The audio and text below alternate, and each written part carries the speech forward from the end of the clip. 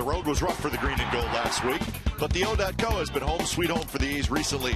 Bob Melvin and the boys have won 5 in a row on their home turf, including a couple in walk-off fashion versus 2 first-place teams. Tonight, the Rays come to town, and the A's will send one of their best pitchers as of late to the hill, Chris Bassitt. The 26-year righty has only 1 win to show for it, but is coming off 3 starts where he has allowed only 4 runs. It's Bassitt and the A's versus the Rays. Game 1 is next.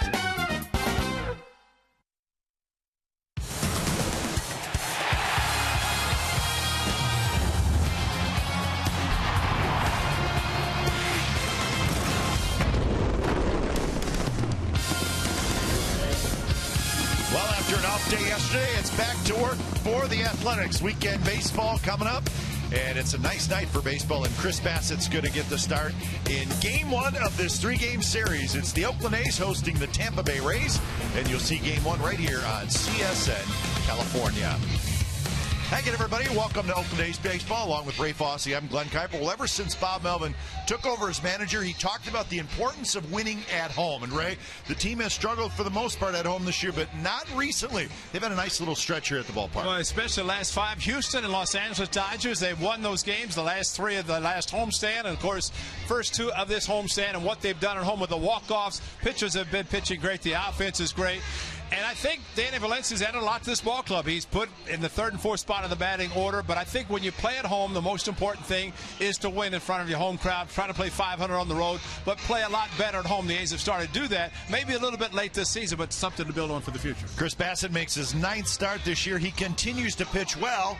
A's just got to help him get some wins. He only has 1 win. You're going to see some great fastballs and curveballs, everything, a big windup that he has out of the windup, but he really shortens it out of the stretch. What he has done in his last 3 starts has been unbelievable. He has a low ERA, but unfortunately just 1 win, which means not a lot of run support. Knee buckling curveball, great changeup, fastball that tops out about 97 miles per hour with some pretty good sink on it. Little cut fastball. He's got everything you'd like to see in a starting pitcher. Plus, he can pitch deep, and he can also throw with a lot of velocity towards the end of the ball game. All right, Bassitt looking for his 2nd win of the year. The Rays will counter with left-hander Drew Smyly, who is just off the disabled list. So there's your pitching matchup for Game 1 of this 3-game series. It's the A's and the Rays. We'll have lineups and first pitch from the Coliseum in just a moment.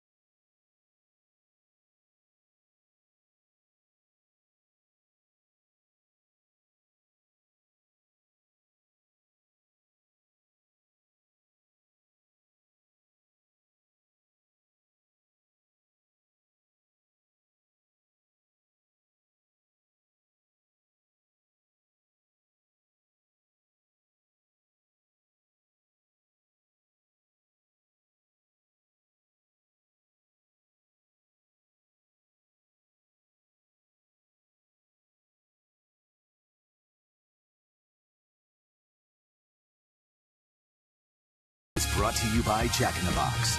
Get the new steak and egg breakfast burrito at Jack in the Box. It's not your basic breakfast burrito. By Toyota, the full-line automaker with the longest-lasting vehicles in America.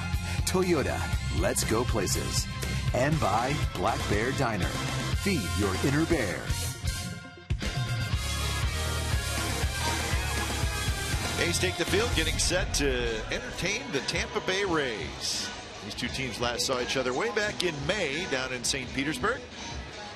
And tonight here at the Coliseum, a cool night at the ballpark. Game time weather presented by the Santa Cruz Beach Boardwalk. Get to the beach. The admission-free boardwalk is now open daily. 63 degrees, overcast skies. So it's going to be one of those cool nights at the ballpark.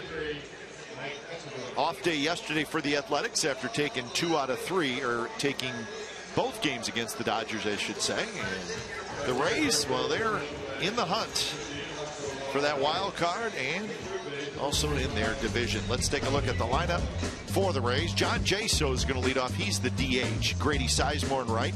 Evan Longoria is at third. James Loney at first. Logan Forsythe is at second base. Asdrubal Cabrera is the shortstop. Desmond Jennings in left. Kevin Kiermaier in center. And Kurt Casale is your catcher. And Chris Bassett gets the start tonight and looking for some run support, but to continue to pitch the way he has, as he is making his 9th start since being in sort of rotation. There's games that he pitched out of the bullpen when he first came up, and then was sent back and forth, kind of the roller coaster between here in Nashville, but kind of put himself in the rotation probably for the rest of the season and the future of this ball club. And just continue to pitch well. The runs will come, and when they do, he's going to put up a great winning record. Behind Bassett tonight for the A's, the defense looks like this. Coco Crisp back in there. He's in left. Burns in center. Smolinski's in right field. And then it's Valencia, Simeon, Laurie, and Canna third to first. Begley's your catcher. And we're set for baseball from the O.co Coliseum. A's come in 53 and 69. A couple of good ball games earlier this week, though, and the 2 wins over the Dodgers.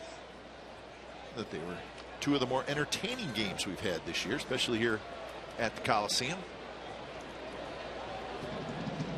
So Bassett's ready, and here is John Jaso, the former Athletic.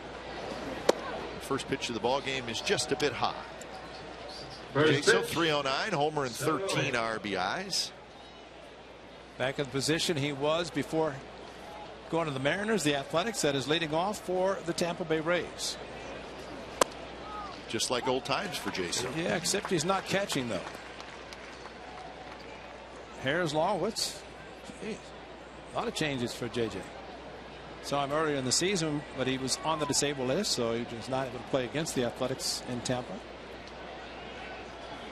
He's the man of 100 stances as well, and he looks like he's got a new one. That is one we did not see with the A's, and he likes to have that open stance some, but that is an extreme. Well, he's sprinting towards third base. Well, what's funny though too, Ray, is his feet are almost parallel. Yeah, exactly. That's hard to do. You can understand as a right-handed hitter because he'd be sprinting towards first base in the stance, but it's going reverse. Can't do that. And watch where that foot is. It's on the back line. Yeah, the right foot goes to the back line as well. That is hard to do. Never seen it.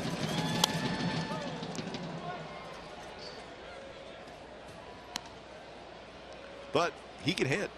Tony Batista had a stance that was unorthodox, but he could hit as well. And whatever it takes for John Jaso, he's always in the hitting position. He starts kind of awkwardly, and one that you do not want to try to copy at home. But you watch as the pitch is getting ready to be made. Look where he gets in the hitting position. He's always been a good hitter. Good hitter, good eye. He hadn't had a couple of balls hit off his head.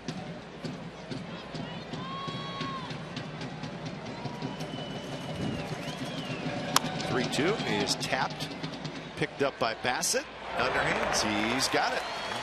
Saw that fastball registered at 95 miles an hour, and the fast pitch gun. It's brought to you by Xfinity, the fastest Wi-Fi at home and on the go. To be honest, that was a shock to see him swing at ball 4 the way he did and beat it in the ground, but Chris Bassett has a good sinker. Threw one that evidently, from John Jaso's standpoint, thought it was close enough to swing at, and keeps the runner off the bases. So the veteran Grady Sizemore playing right field tonight for the Rays.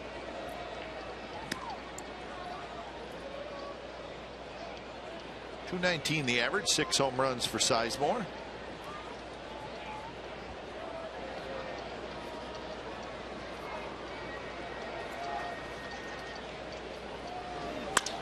And there's a line drive to center field and a base hit. Past Simeon, and the ball is kicked around by Burns, and Sizemore is going to try for 2, and he's going to make it. It'll be a single and an E8. Burns just did not pick it up cleanly, and as soon as Sizemore saw that, he took off for second. That's exactly why you run hard to first base in the event something does happen in the outfield. And from the A's standpoint, did not want to see this happen, but Billy Burns, the other ball snaked on him and then ate it up, got in the heel of the glove as it approached him. And the outfield's a little bit hard. Remember, the Raiders played a game here, so it's going to be a little bit difficult, especially in center field where the bleachers are positioned. That ball really took off the grass. Clayton Wood does about as well as he can considering multi-purpose stadium. So a runner in scoring position for Evan Longoria. And that air for the A's, number 100 on the year.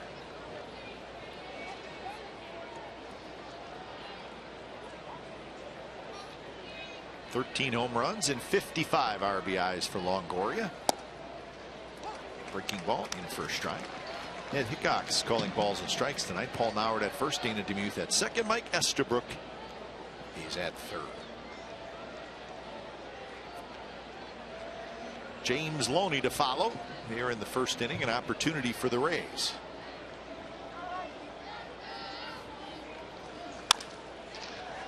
Tap toward Laurie on the right side of the diamond, and he takes care of Longoria. Almost a defensive swing by Longoria. It was a swing like he was trying to hit to the right side.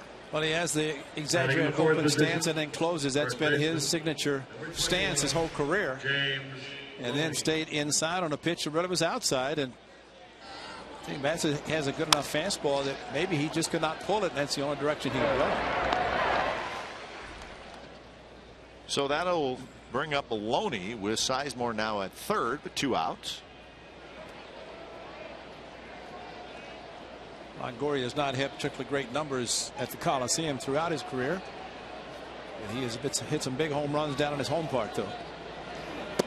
First pitch a little high to Loney.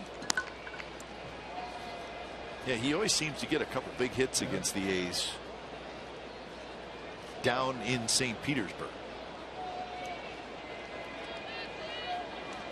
Loney, you have to worry about just making contact, especially left field. He is such a good hitter. It's this one high in the air, but it's playable right center. Burns is under it. He's got it side retired. So a stranded runner at third for the Rays in the first, and we're going to the bottom of the first.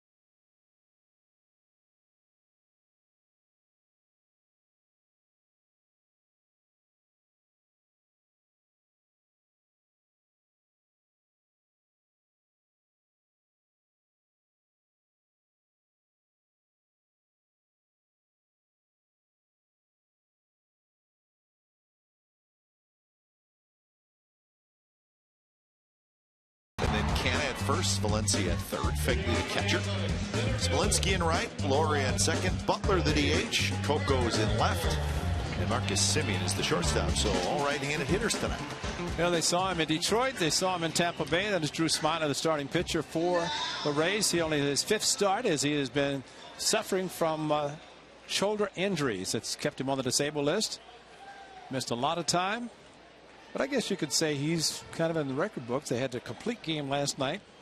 Chris Archer, last one was this young man. 154 starts. Hard to believe you go that long without a complete game, but that's what happened with Archer and the Rays last night against the Astros. And the Rays generally have pretty good pitching. And Jim Hickey, longtime pitching coach, he has done a great job. Stayed on Kevin Cash at the job as manager, first year. So 1-1 the count. That's Jim Hickey. Well, it's been kind of a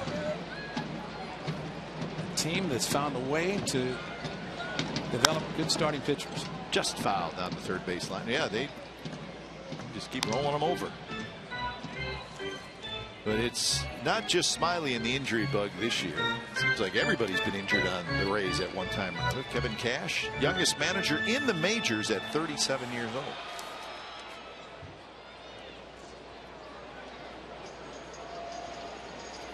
1-2 pitch, a fastball a little bit high from Smiley.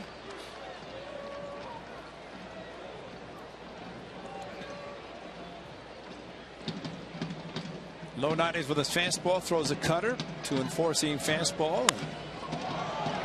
Hit to left, fairly deep, but playable for Jennings. A couple steps onto the warning track. He's got it, 1 away. So the defense looks like this: Jennings, Kiermaier, and Sizemore in the outfield. Longoria, Cabrera, Forsythe, and Loney in the infield, with Casale is catcher. Billy Burns saw 5 pitches. That's a week's worth. He's tired. So that'll bring up Canna. Canna is a hot hitter right now. And the good thing about what he has done, it does not matter. He took a first pitch strike, good fastball from Smiley, but we've seen it many times recently as he's been getting hits with 2 strikes. May have broke his bat there. He's going to check it. He did. Stung his hand too.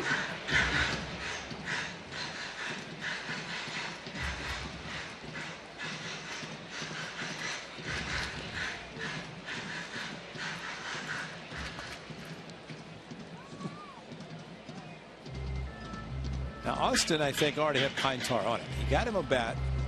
Austin and Christian are the bat boys for the Athletics, and they're usually very good. They've learned a lot from Matt and Cliffy. There's Austin and Christian. Christian's one that had school, so he missed a game. So they're enjoying life, but they have the bats ready, and that's why I'm surprised it took Mark Canna as long as it did to get the bat ready. Popped up, shallow right, Forsythe out. The reason I'm chuckling, Ray, is that we have bat boys with beards. How about that? There has to be a time where it's time to move past being a bat boy, I guess. Or shave. Hair does not come into play. Or shave. Christian, you know. Eric Farrell behind him. See, Eric, as soon as that bat was broken, he got it. Got the bat. They'll authenticate it. And so Eric Farrell does I don't know if you've ever been in his storage room. No. You talk about equipment. It smells like a clubhouse. You go in his office. He's got bats with pine tar, old equipment. And they sell that for the A's Community Fund and other ventures. But Eric is responsible for getting everything authenticated. Yeah, Christian, maybe they should have Brian Davis give him a razor or something, let him shave if he's going to be a bat boy.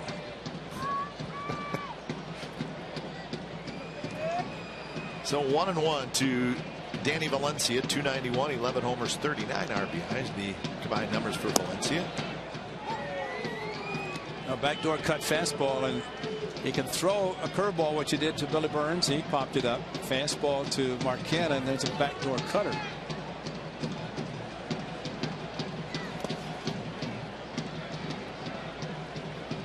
kind of over the top. One of those left-handers that comes right over the top. 12 at bats for Valencia against Smiley.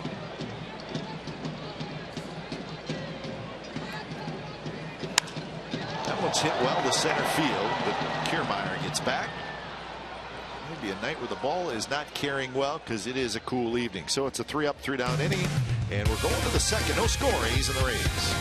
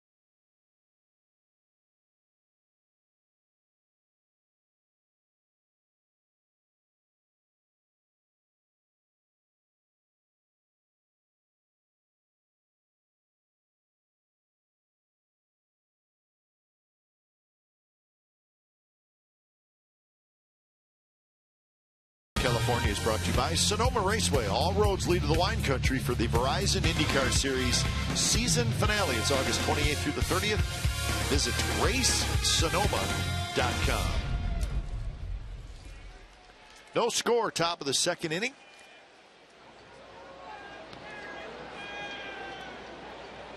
Chris Bassett gave up a hit in the first, nothing else. Forsythe, Cabrera, and Jennings for the Rays.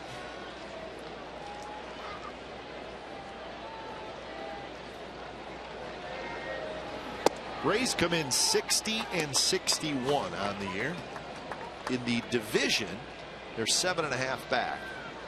So they're going to have some trouble there, but they're only 3 back of the second wild card spot. So they are still in that race, even though they're a game under 500. So they are in the mix. A lot of first-year managers. Kevin Cash, one of those. Chris Paul Molitor, the Minnesota Twins. Well, the Rays made a lot of changes in the offseason, and then they've had a lot of injuries this year. For them to still be in the conversation, that's right. That group deserves a lot of credit. Derek Shelton, the hitting coach that was under Joe Madden, as well as Tom Foley. Foley was the third base coach, now bench coach. That hit him? Yes, it did. He got a little piece of the jersey. So Forsythe, a leadoff base runner on the hit by pitch. Well, watch the bloused uniform, and I guess Ed Hickok heard something. Let's see if the uniform moves. Yeah. It missed his stomach. It hit his uniform, but it's part of his body, and that's the reason it was a hit batter. Expo brought to you by Cache Creek Casino Resort. So back to the stretch for Bassett as he faces Asdrubal Cabrera, a veteran shortstop.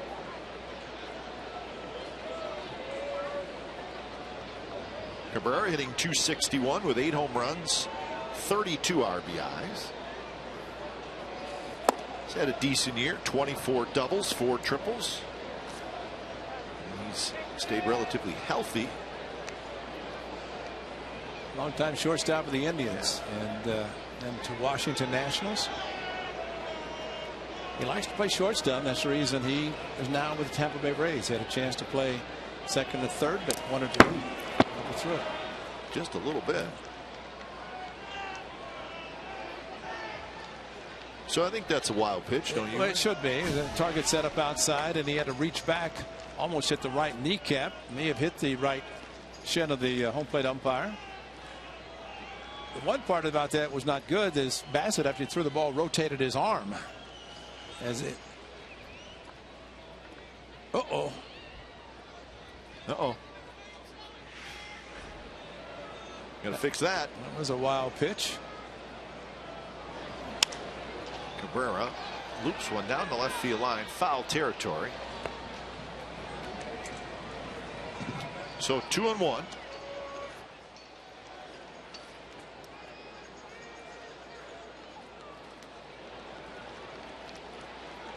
Bassett's last start, a career high 8 innings pitched in Baltimore.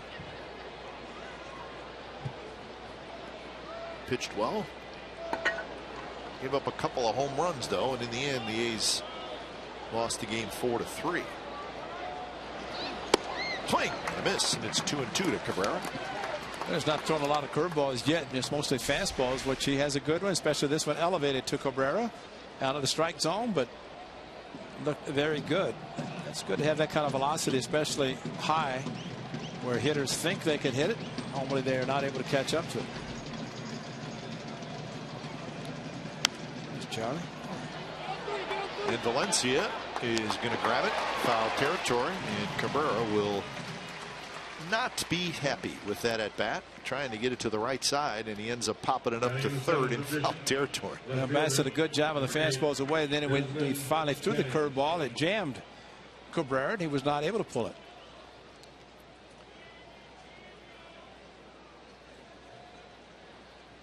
So 1 out for Desmond Jennings. Another player who has spent lots of time on the disabled list. So the Rays glad to get him back.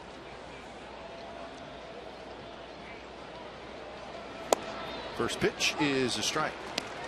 Definitely adds the speed element to the ball club. Kiermaier, of course, their center fielder, can cover a lot of ground. Jennings, excellent speed. Tampa Bay Rays, while they do have some power, they also utilize the running game. They try to win games in many different ways. Jennings missed 96 games. Left knee injury. John Jaso missed 83 games. And that's just their position players. You get to the pitching staff and it's just as bad. So they're trying to weather the storm.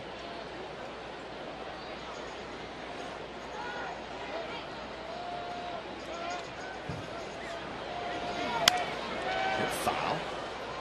Remember Steven Souza Jr., the young rookie, big power hitter, was playing in the outfield when we were there in May. He has 15 home runs. He's on the disabled list.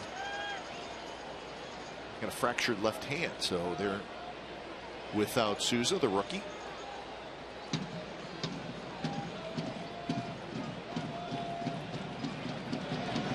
0-2 pitch, big curve, and it's down and away. As I mentioned before, Fegley and Bassett both came over in the Samardzija trade from Chicago, so they're familiar with each other. I mean, been a battery mates in the minor league level. As Chris Bassett said, Fegley knows him quite well.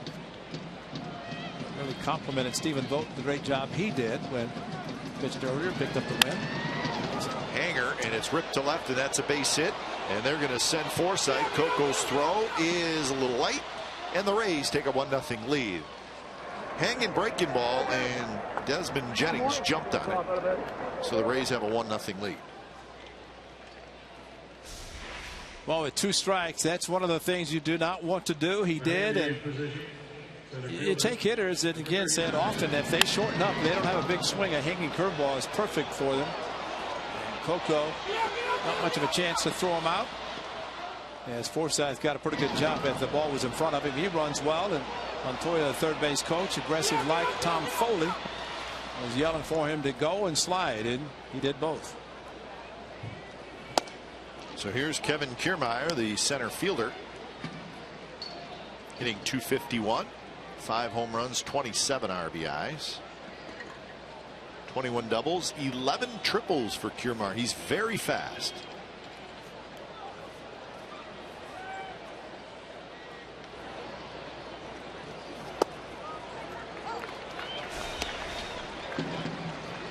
Having to reach to his left a little bit to come up with the ball and then throw. He there has hit the cutoff man, so Jennings with his speed not able to go to second base.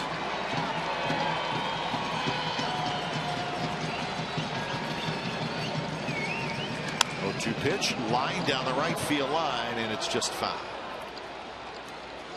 So another 0-2 curveball. It looked like it was up again.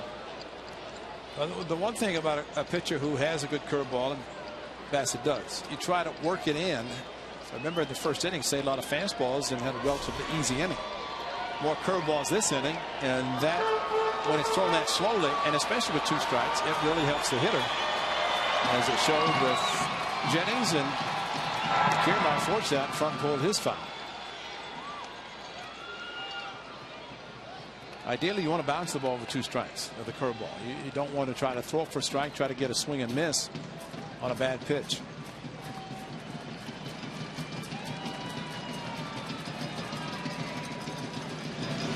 Fastball away. Kiermaier's 11 triples are the most in the major leagues. And he is one of the best defensive center fielders in all of baseball. Getting a chance to play this year.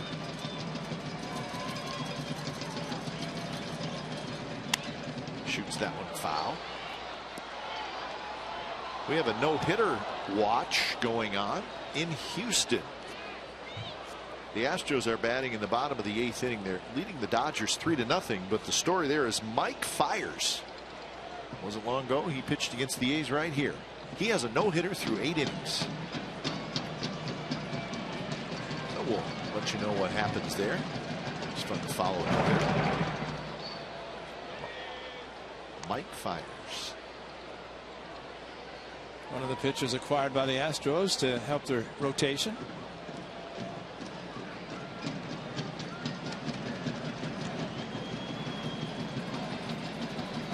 Pitch number 33 coming up for Bassett. Back. So he's had to work a little bit these first 2 innings. Might be one of the games that he can look at right now and say, maybe I don't have my best stuff. Maybe just some pitches that are hanging where he didn't want them to be hanging, and trailing 1-0, try to keep it at that after grazing the uniform of Forsythe to start the inning. Up and in, runner goes, throw to second base. In time, and Jennings is out. So Fegley throws out Desmond Jennings trying to steal. Fegley loves it. Every time he blocks the ball, he comes up ready to throw. Jennings, tremendous speed, but high throw, great tag at second base by Marcus Semien, and it's almost. Fegley saw Jennings taking off, and that's why he came up out of the catching position ready to throw, and good quick tag by Marcus Semien with the throw a little bit offline. Fegley will definitely get it to second quickly. Another foul ball. Count remains 2-2. Here's a quick tag, and we've seen this happen before where Semien has caught the ball and tagged the runner before he got in the bag with a throw up the line towards first base.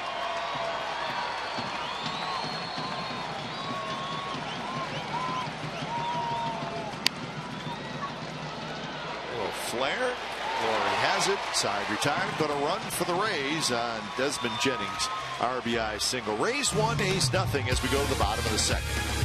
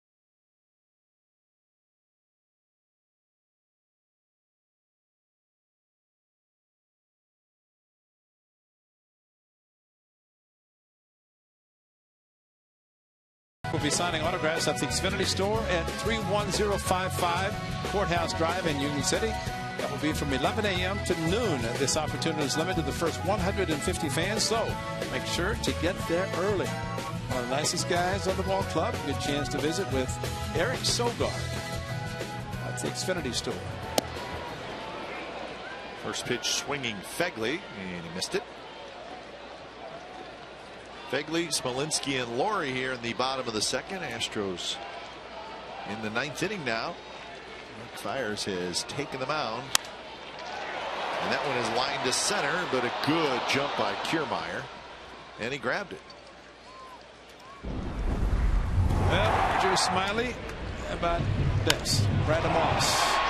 Memorial Day. You can see the nice catch. That was tipped over by Austin Jackson, and then another home run.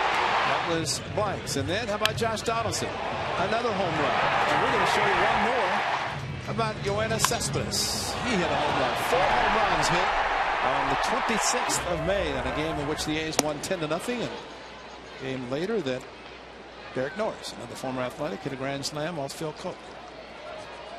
But he is already way ahead of his game. Twice he's pitched against the A's, both times shut out. Tigers and the Tampa Bay Rays. So tonight he already has 1 run. So that will not happen in this game.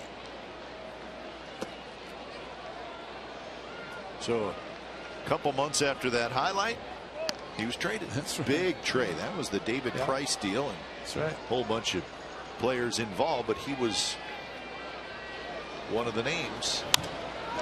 Smolinski pops it up. And for the Rays, you could certainly see their thought process. Okay, we're giving up David Price. Let's get a good young pitcher who's going to be under team control for 3-4 more years, and that's what Smiley is. He just needs to stay healthy. There was also the Seattle Mariners involved in the 3-team, but the point you just made is similar, because this year David Price is going to be a free agent after the year. When he went to Toronto, it was different in what the Tigers got for him. Okay. But because he was under control last year and this year, David Price, at least it allowed the Tampa Bay Rays to be able to get a bona fide major league pitcher in Drew Smiley, who, by the way, last year pitching for the Tigers was pitching out of the bullpen in the last couple of years. And now the rotation for the Tampa Bay Rays, at least currently. Now, when he went to the Rays, he pitched extremely well. When it was all said and done last year combined, he was 9-10.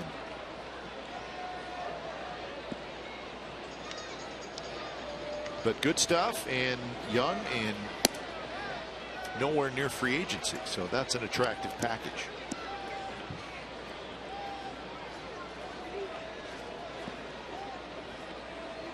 So those are the 11 career starts. But unfortunately this year, this is just his 5th start.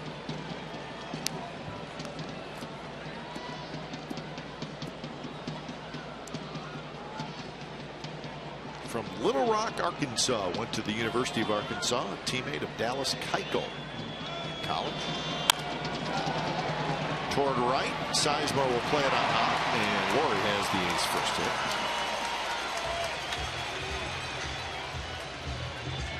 So 2-out single, and that'll bring up Butler. Well, for players missed a couple of ball games, getting a 3-2 pitch going opposite field for Brent Laurie. And a very good job of hitting, staying inside the ball and getting a 2-out hit to right field. Sometimes as a hitter, you take what you've been given, and a pitch is outside, you can't pull it, go the opposite way.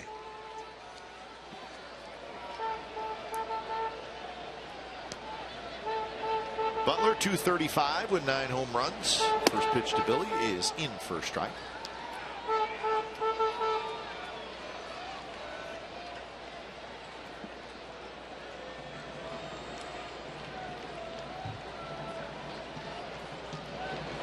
Big curve, but it stays a little high.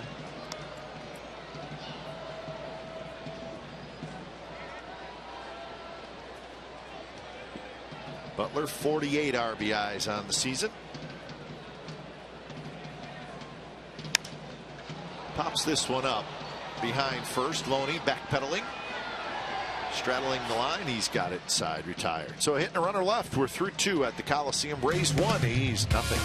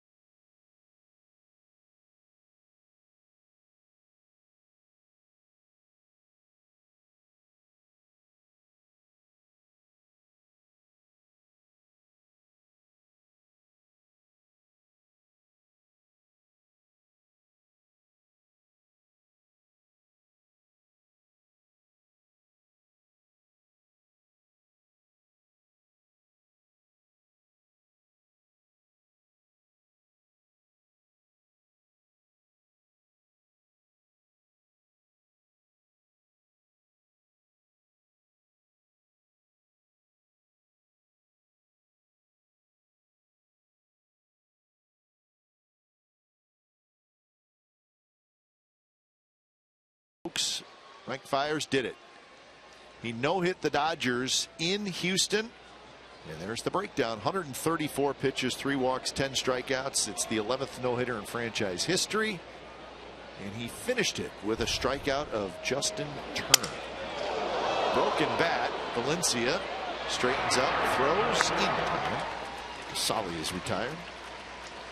It's been a magical season for the Houston Astros, and it continues with a no-hitter. Ain't that the truth? Now batting, number 28, John Jaso.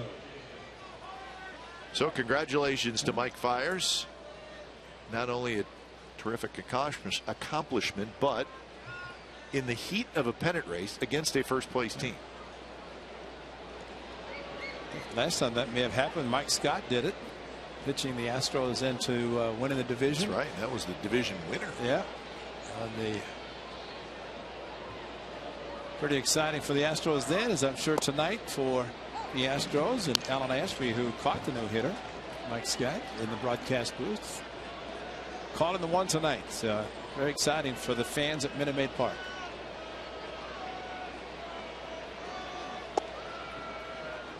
1-1 the count to Jaso. That is the 5th no-hitter in baseball this year.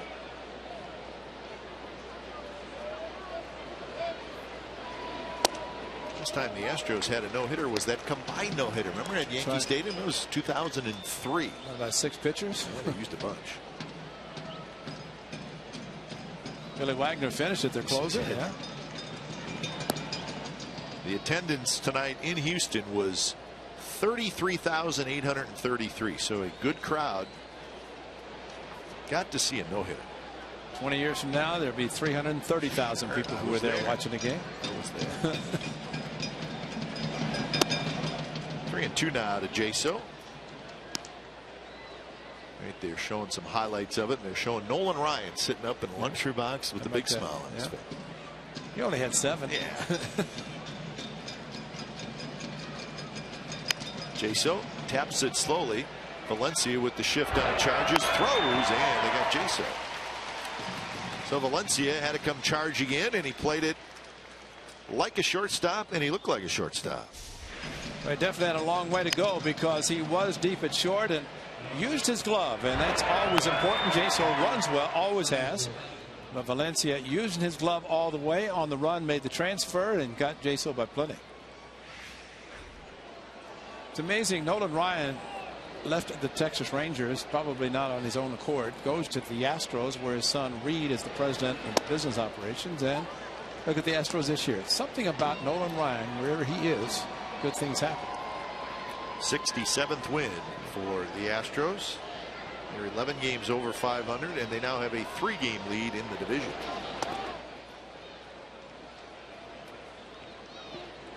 I think, you know, the fun theory is that a no-hitter gets you momentum and it's the start of something big. That generally does not happen, but for one night it is a lot of fun and very special. Look at the numbers, just 2 games in the loss column against the Angels. So the Astros have played 4 more games. Laurie juggles just a bit. Plenty of time to get Sizemore, and that's a 3-up, 3-down inning for Chris Bassitt with 3 ground ball outs. Bottom of the 3rd coming up.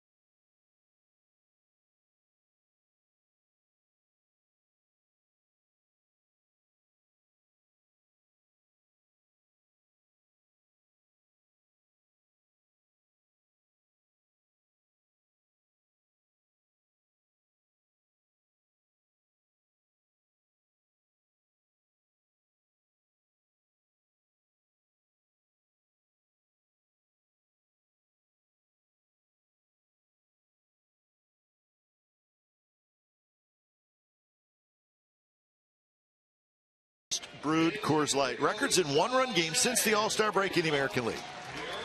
A's are 6-5, Angels 7-3, Royals 9-4. So the one-run games obviously have been an issue this year, but a little bit better for the A's, just like we talked about in the Open, playing at home. Yeah, a little bit better lately. 5 home wins in a row, much to the delight of Bob Melvin. Sure. He does not like playing poorly at home.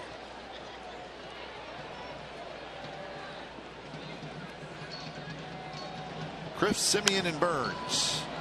Oko pops it up. Lots of foul territory, and Loney's over there, but he cannot quite get it.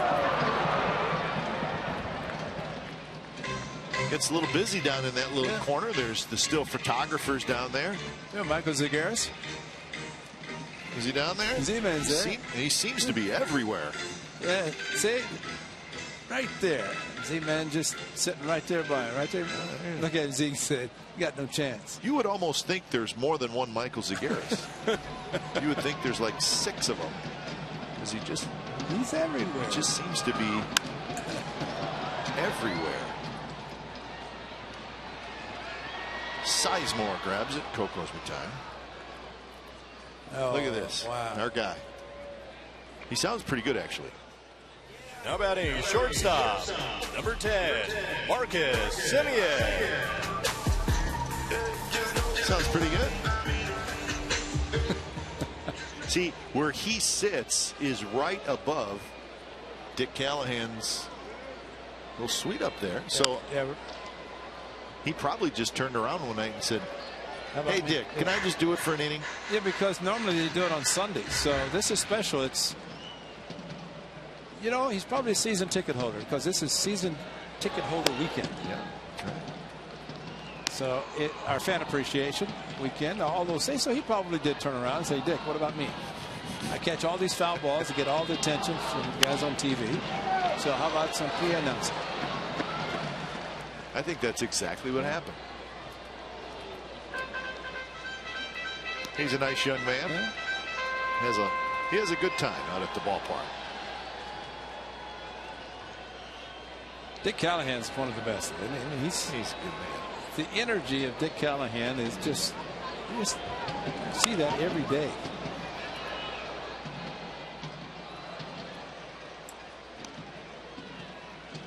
He's a gamer. He is a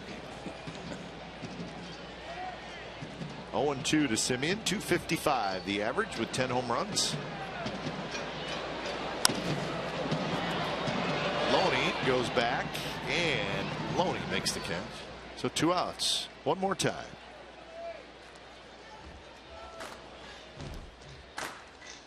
How about a center fielder, number 1, Billy Burns. I like it. He sounds good. He's good. He's probably been practicing for a couple of weeks. Simulated. Second at bat for Burns. Got a fly ball to left field in the first inning. You almost want 3 or 4 guys to get on base, so you just keep hearing it. Right? That's right. We're critiquing.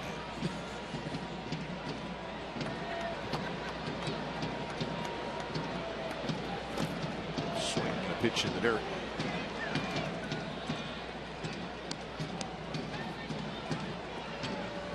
Rays with a run in the second inning.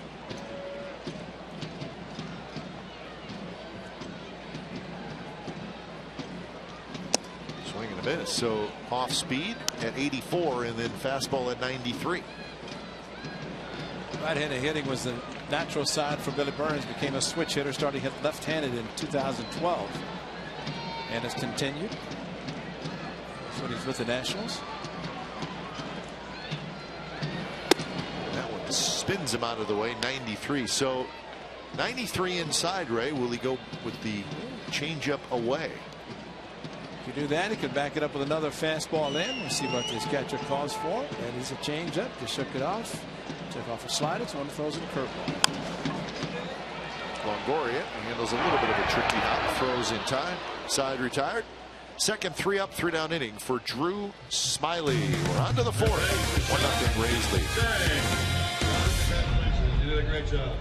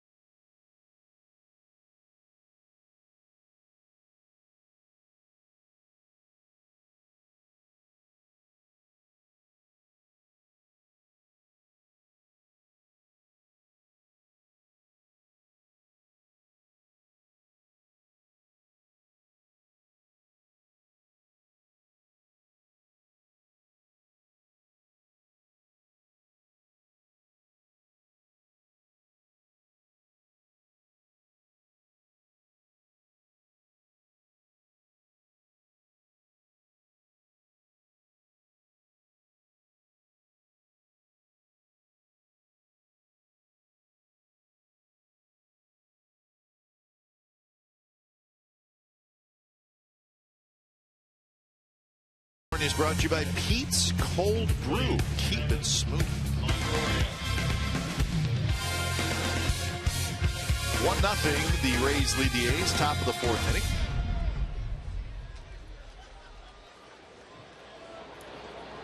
Evan Longoria, James Loney, Logan Forsythe against Bassett. First pitch in, first strike. Good series going on in Anaheim. Jays and the Angels starting tonight. Price and Santiago the matchup. Jays have a 3-0 lead in the second inning. Those two teams are the two American League wildcard teams right now, so that is a good series. Maybe a postseason preview.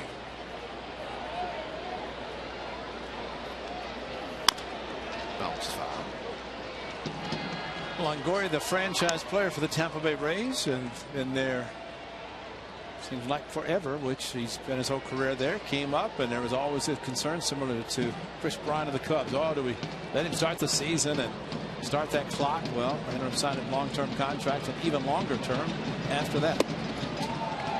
Good fastball there. Longoria strikes out, and that's the first strikeout for Chris Bassett. Here's our Ford Right choice last night. Chris Archer in Houston threw a one-hitter. He struck out 11. He got to the 200 strikeout mark for the first time in his career. He won his 11th game. And if Chris Archer pitched in New York, he would be a rock star. He is very, very good. He's a great pitcher, but what he does in the community, and it's amazing. He is, as they say, giving back and giving back a lot. And I just wonder if that's a record. He one hit the Astros. The Astros no hit the Dodgers in back-to-back games. So that was pretty good, huh? So PA announcer right in the booth with us. You're not getting on this air. You can go for Dick Callahan. But I mean, you think what Chris Archer did, and then tonight turned right around and have Mr. Fiers do the same thing to the Dodgers. That's the performance. 98 pitches, 1 walk, 11 strikeouts. The A's earlier in the season, and I think the A's are fortunate the way he is pitching. He pitched last night, will not pitch this weekend. He's good. 1-2 pitch to Loney. Curve hit up the middle. Simeon scoops it up, throws in time, 2 outs.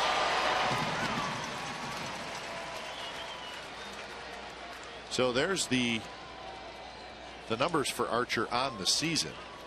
11 wins, the ERA of 2.77. Now batting. Strikeouts 205. Logan Forsythe. That ERA is 5th in the American League. The strikeouts are 2nd, just 3 behind Chris Sale, and Sale is pitching tonight. Had a chance to visit with Chris before the ballgame, Captain. The one thing he said about, it seems the Rays, they utilize the bullpen a lot, and the fact that key number of 98 allowed him to pitch the complete game, and have to wonder if his pitch count had been higher if he would have gotten a chance to complete it. But usually if a pitcher has a shutout in the works, especially a one-hitter, he gets a chance to throw extra pitches. But he did it under 100, and pretty good resume for Chris Archer. A very good one to start his young career. It may be a little bit of a dark horse Cy Young candidate. He's trailing in the wins column, but you could maybe put him in the conversation as a dark horse.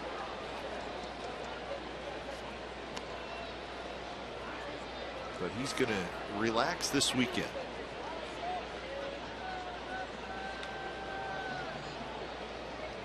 He's got those Eric Sogard socks also. Whereas the high pant legs up with the Rays color stirrup socks. He's got a great slider. We saw a few of those in the highlight package against the Astros. Sneaky fastball, good fastball, and of course the slider.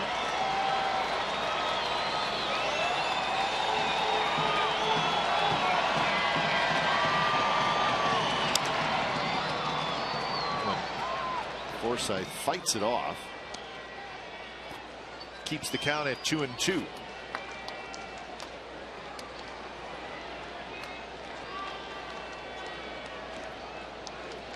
Pitch number 60 coming up for Bassett.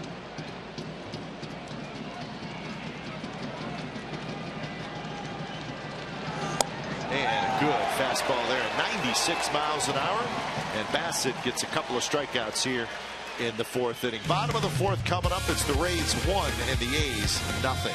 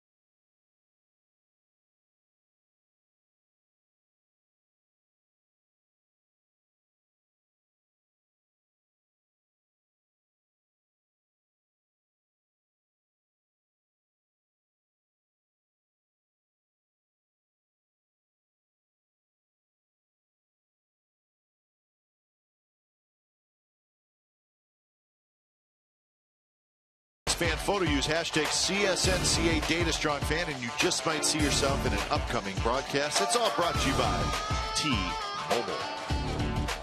See, the jackets are out, even some beanies. It's chilly night at the ballpark. Get a special beanie tomorrow night, the R2-D2 beanie. My special ticket, right? Star Wars. It's tomorrow night. Line drive right into the glove of Longoria, 1 out.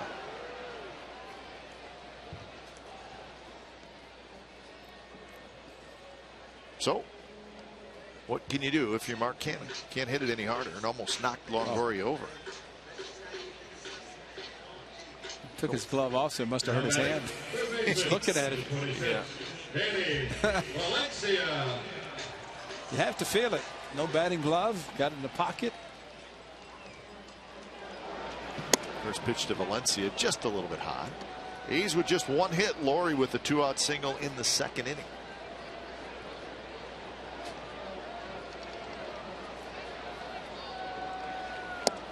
That one fastball first strike.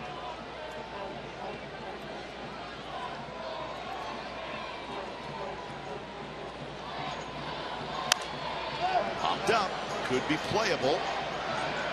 Casali right in the on deck circle, maneuvers around the bats, and he makes the catch for the second out.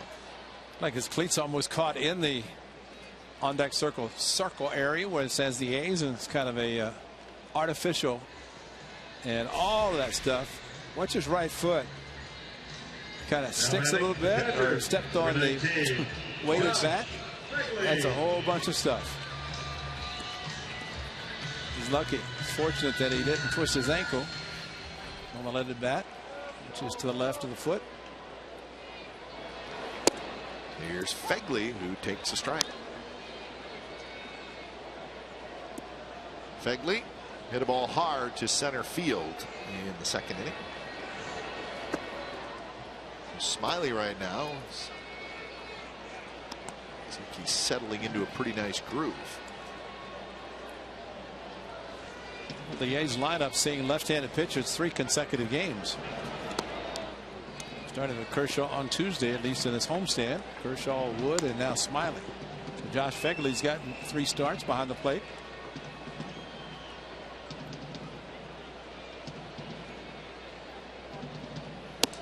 And now 3-1.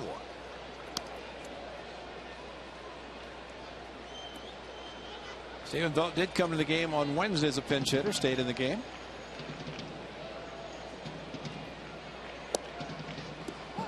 And he's getting a little more time off second half. He's a little beat up.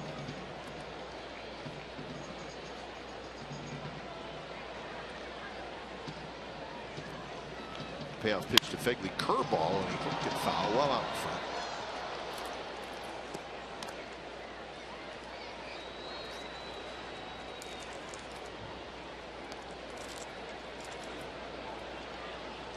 Fegley climbs back in. Smiley works quickly. This one's popped up, shallow right. And it's going to be Sizemore who dropped it. They were all looking at each other and nobody caught him. Sizemore, there was a moment of hesitation, and then he went for it and he tried a basket catch. Couldn't do it.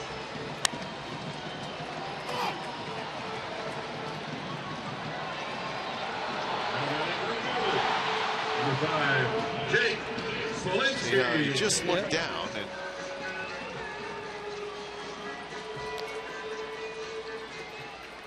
in a one-run game, you'd like to see the hitter standing second base on a ball like that, but at least it gets the 2-out base runner. Trying to do something with 2 outs. Smolinski rolls at foul. It's going to be a hit for Fegley. But I agree with you. It's 1-0. You got to be at second base. Ball was in the air a long time.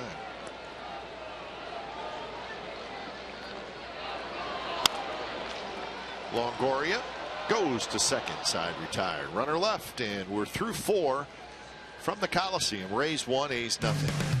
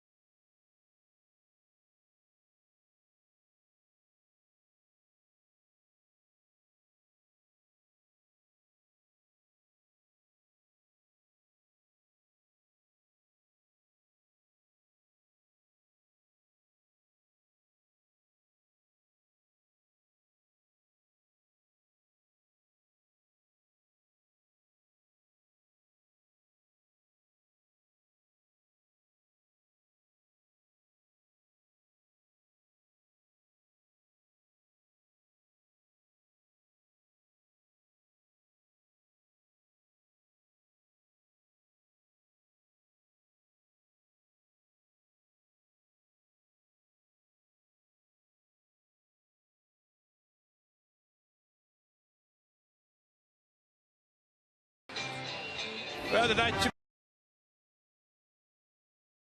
is presented by Chevron. All are encouraged to wear your Star Wars costumes and enjoy the post-game show from the outfield grass. No space is limited. That's what they look like, and hope you look like the same way in your outfit. Purchase a special ticket package to receive an R2-D2 beanie. Visit athletics.com/Star Wars for more information. I have to give our camera crew a lot of credit. I'm sure they're the ones that took those fireworks shots. Stayed out here late, probably one night with the fireworks, and got all those shots. Is that right, Marty? Those are nice shots.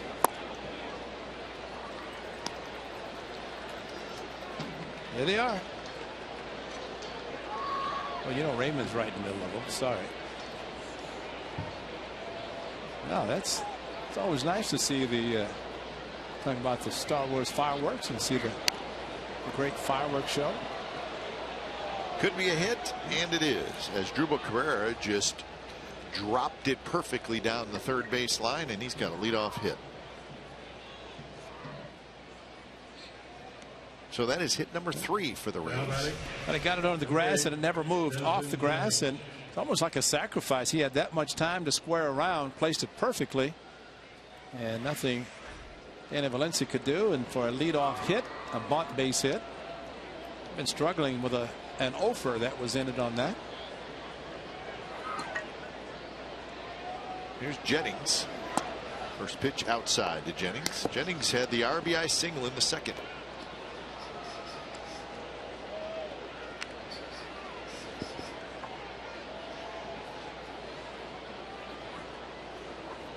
Jennings playing in just his 25th game this year. Valencia handles that big hop. He'll go to first and get the out there. Could hear the ball hit home plate, and it bounced high into the air. So 1 out. Cabrera now at second base. Number 39. Kiermaier will be the hitter. Kiermaier. White Sox and the Mariners are scoreless in the 4th inning up in Seattle. That's the marquee pitching matchup. Sale and Hernandez. Sale is 11-7. Felix Hernandez is 14-7. Looks like they're both off to good starts. Again, no score in the 4th inning. I'd like to see John Kruk come out of retirement and face Sale. I bet he would. He would not. Bassett scrambles after it, fires, not in time.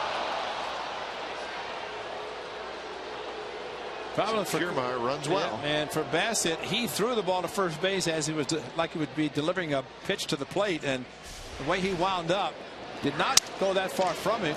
But watch what Chris does, picks it up, and that long arm delivery, and you almost have to get quick. He was a little long, and it allowed Kiermaier to reach the bag. They're holding off a little bit. Bob Melvin out in front, and well, that one looked like they're going to take a look at it. And yeah, because the jump there and the ball in the glove, it looked like maybe at least before Kiermaier hit the bag. But man, you'd think with his speed why he would jump the way he did, but he did. And if it's going to be overturned, it would be because he did jump. So it's an important play. Now watch the jump right there. He's going to jump in the air, and if the ball's in the glove, his foot's not on the bag. Umpire might have been blocked a little bit, as far as they like to hear the sound of the ball hit in the glove and see the foot hit the bag. Kiermaier is calling himself safe, but that really doesn't matter. Hit it with the right foot. I guess he'd be a pretty good broad jumper. But you don't want to be a broad jumper running to first base. So extremely close. Yeah. First and third, 1 out.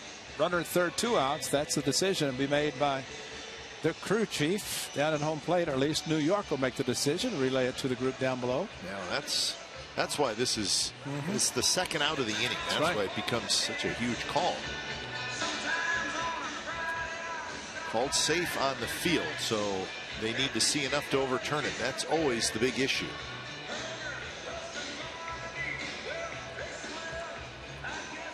Important thing is for them to see as many replays as possible, and crew has done that for decision makers in New York.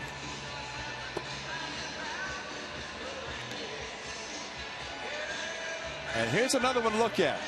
Canna reaches. Kiermaier jumps. Ball and glove. Foot on the bag. Was it? At that angle. This angle. Slowed it down. Giving New York a lot of help, huh? We're trying. Well, that's what they want to see. As much as possible. They have their own cameras, and because they also watch the replays.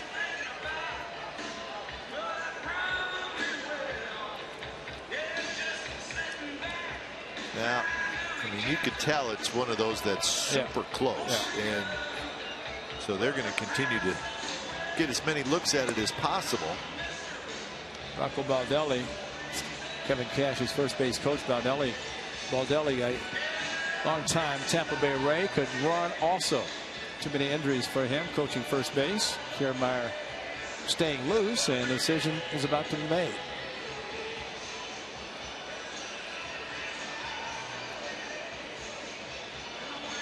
Maybe.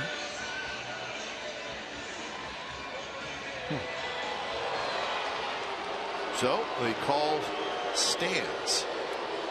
And I bet it was not maybe just not enough. Not enough to overturn it. And you know, if it had been called out, Kevin Cash would have challenged it, probably would have stayed. So it is first and third. The A's now need a ground ball in the double play. Man, it's Kurt Casale, the catcher. Casale grounded out to third in the third.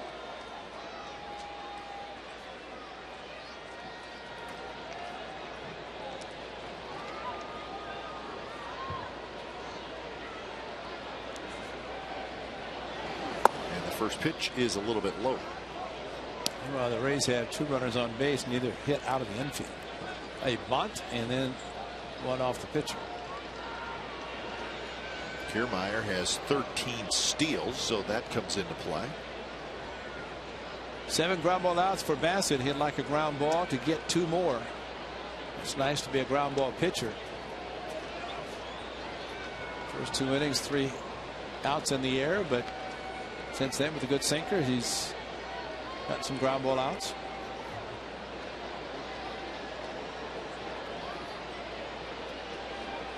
Valencia even with the bag, and the pitch is outside, and now it's 2-0.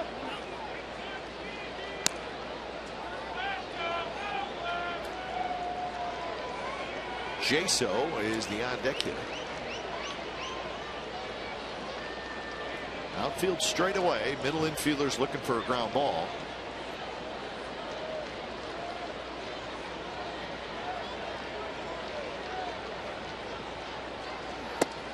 It's inside, and now it's 3-0.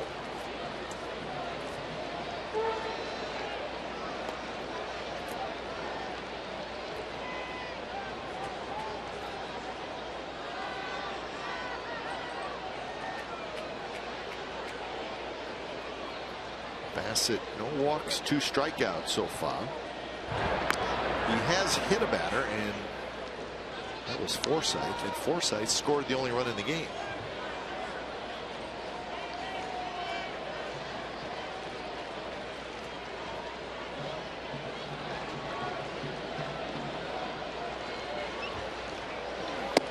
Pitch is in there for a strike. Solly taken all the way. Now he needs to throw the same fastball and get it down to where Solly hits on top of it and hits a ground ball, preferably the left side. And so if the A's can turn 2, they are playing for a double play unless it's a slowly hit ball to third base. Runner goes, and the pitch is high, and the bases are going to be loaded. So tough spot here with Jaso, a guy who generally puts the ball in play, but does not run that well. If you get him hit it on the ground.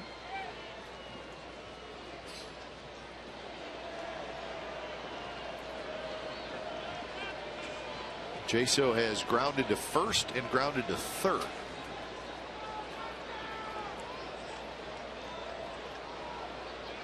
Cabrera's at second. Cabrera's at third. Kiermaier's at second. Casali at first. And Jaso jumps ahead 1-0.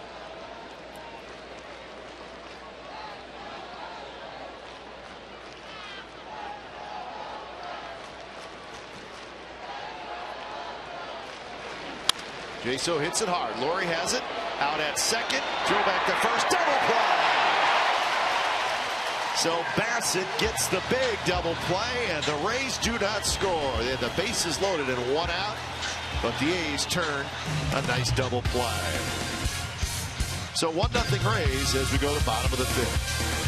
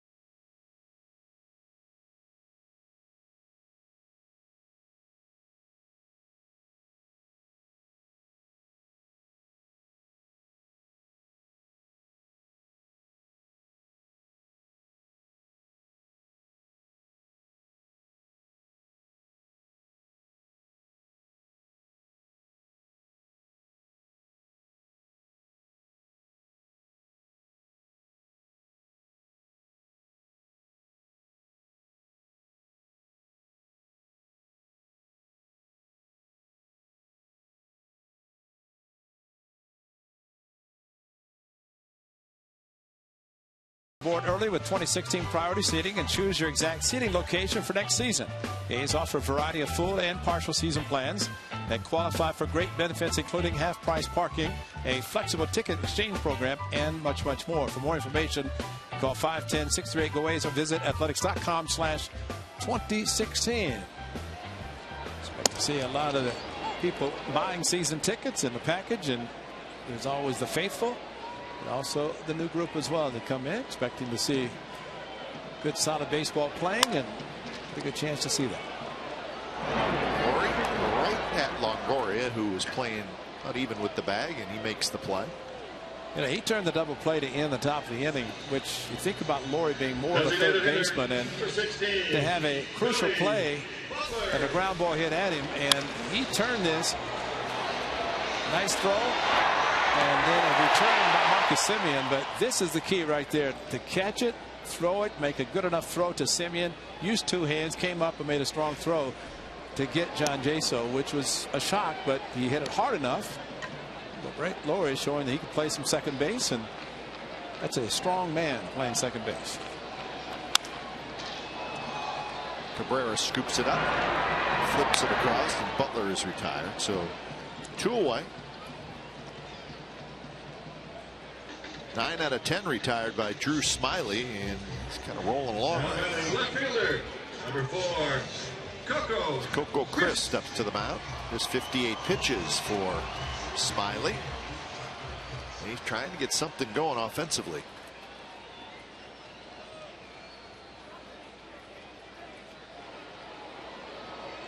Tuesday night against Clayton Kershaw and the Dodgers, after flying across the country, got him out after 7 innings.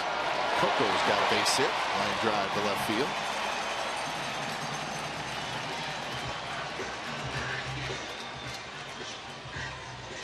First pitch, high fastball, and Coco Crisp on top of it, driving to left field. Now batting shortstop, number 10. And we talked about Billy Burns getting on base and a threat to steal, and for Coco Crisp with 2 outs. Perfect time to do that as well.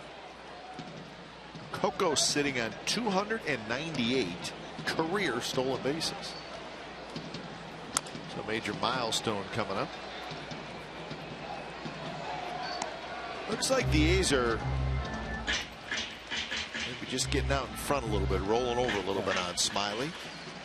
They have all right-handed hitters in their lineup. A couple of them are switch hitters, batting right-handed. He's not overpowering. He will change speeds effectively, which he's done. And the game we referenced earlier, when he gave up the 4 home runs, he had 0 ground ball outs, 10 fly ball outs. Tonight, 3 ground ball outs, but majority of his outs have been in the air. 2 ground ball outs in this inning.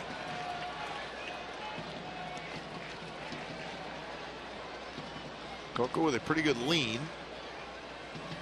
That one's fouled straight back.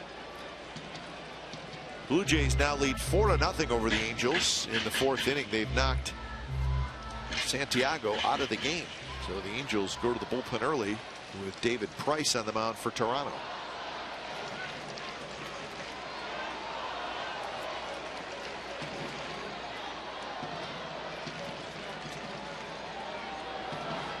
Oh, 0-2 pitch looped into center, and that's a base hit. So back-to-back 2-out singles for the A's here in the bottom of the 5th inning. Stayed soft, and he hit it softly.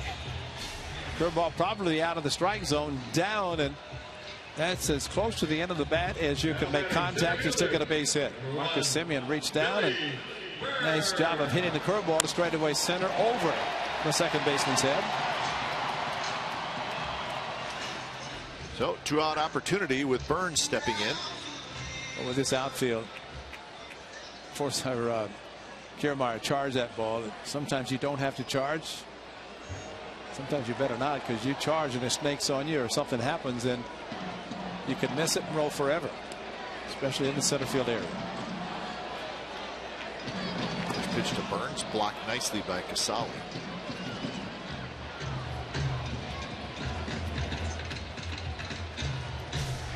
Keeps both runners at first and second instead of second and third, and keeps the force in order. Excellent play moving to his left for Casali.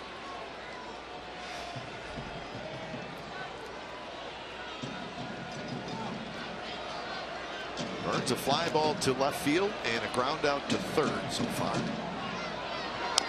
Curve fouled right at home plate.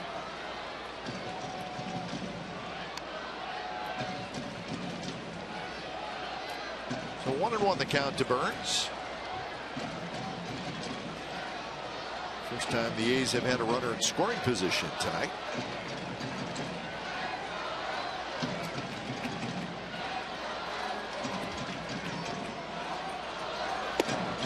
Fastball at 91 miles an hour. He tried to go in, and it was off the plate. And it's possible that's almost like a fastball that he wanted to show, but not try to throw a strike. Thinking it's going to come back, and either the curveball, the cutter, something off speed after the fastball missed inside. 2-1 pitch. That one catches the inside corner, so he went right back in there, and it's 2-2. And to be right on the plate. How about off the plate?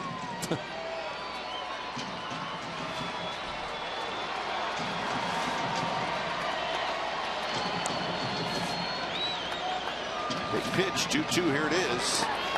And he got him swinging, and a pitch in the dirt. No, he did not. He fouled it. So Burns just got a little piece of it. Kevin Cash came out from the dugout, but did he make contact on it? I don't think he did. He missed. I think he missed it completely. That's why Kevin Cash came out, but Hickhouse called it a ball or a foul ball, and I don't think because Billy Burns looked back almost as if to see if he's going to catch it so he could run, but we've seen it before. In fact, that man, Mark Canha, had a foul ball that hit the dirt. The umpire said he missed it, and maybe Billy Burns got away with one. So 3-2. crisp, and Simeon will take off.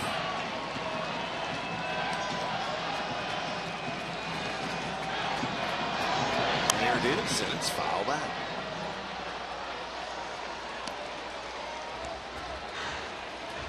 See where the scouting reports really come into play. Darren Bush, it's a scouting report. Adam Roden puts it together. They know what he does, and sometimes the percentage of pitches thrown in certain counts, and this might be one of them. 3-2 through off speed. The first one, Darren Bush, is hitting coach, and they have a pretty good idea of what he's going to do if he stays with his plan, his pattern. Sometimes pitchers just don't like to give him with a fastball in 3-2.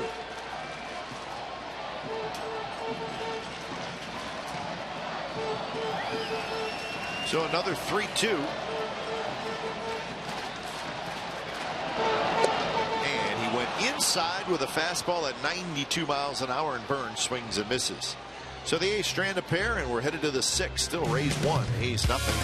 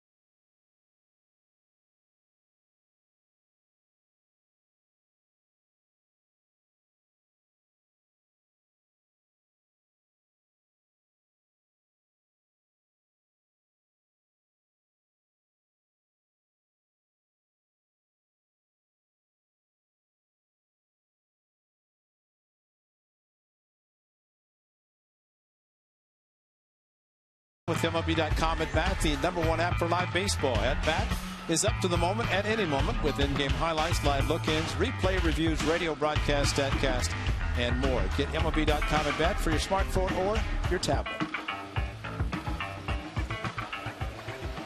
So the A's trailing 1-0. It's the top of the 6th inning. Grady Sizemore lead it off. And there's a liner past Valencia and down the left field line. Picked up quickly by Coco. Sizemore has a double, so Grady Sizemore is 2 for 3 tonight.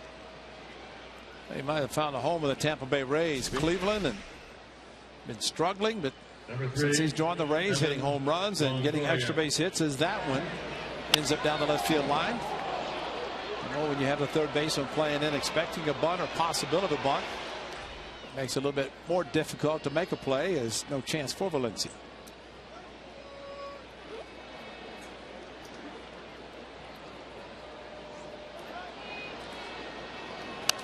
Longoria goes after the first pitch and skies it just below us. But his swing in the first inning is perfect for now. If he were to hit the ball to the right side.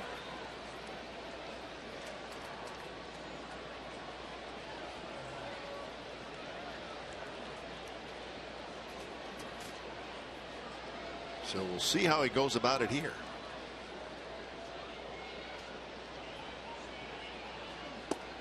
Fastball inside, and Longoria skips out of the way.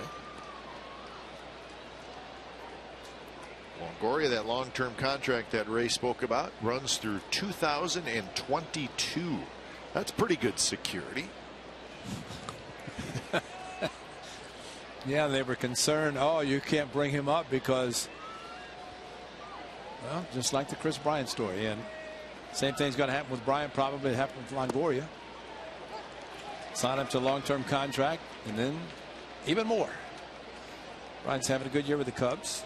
Joe Madden, former manager of these Rays up until this past offseason, trying to get the Cubs in the postseason in some way. Nothing else is a wild card.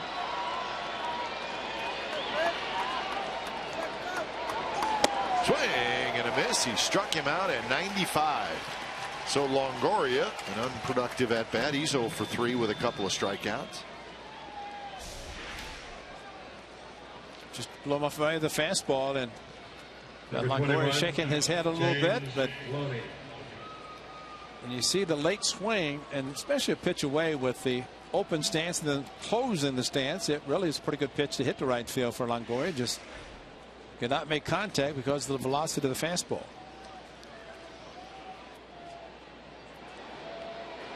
First pitch to Loney, big curve in for a strike. James Loney in his 3rd year with the Rays.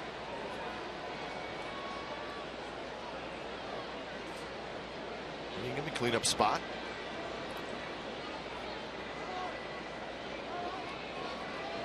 You think for him in that big trade with the Red Sox and he was Dodgers, there, huh? he went to the Red Sox, then to Tampa Bay, and found a home himself in St. Petersburg.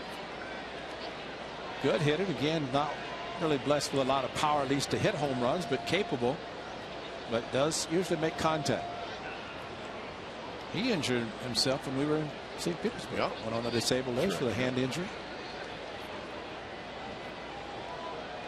Loney's, this is just Loney's 69th game, and for the Rays this is game number 122, so he's really missed half the time. Simeon backhands, straightens up, and they get Loney. So 2 away, and Sizemore still at second base.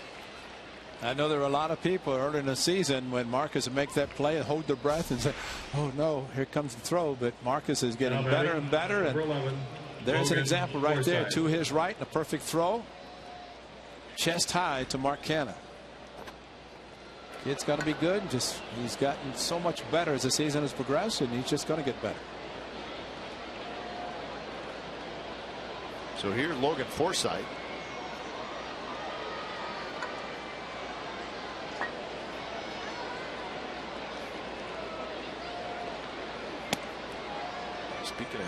Speaking of guys who may have found a home, Logan Forsythe may have found a home. Yeah.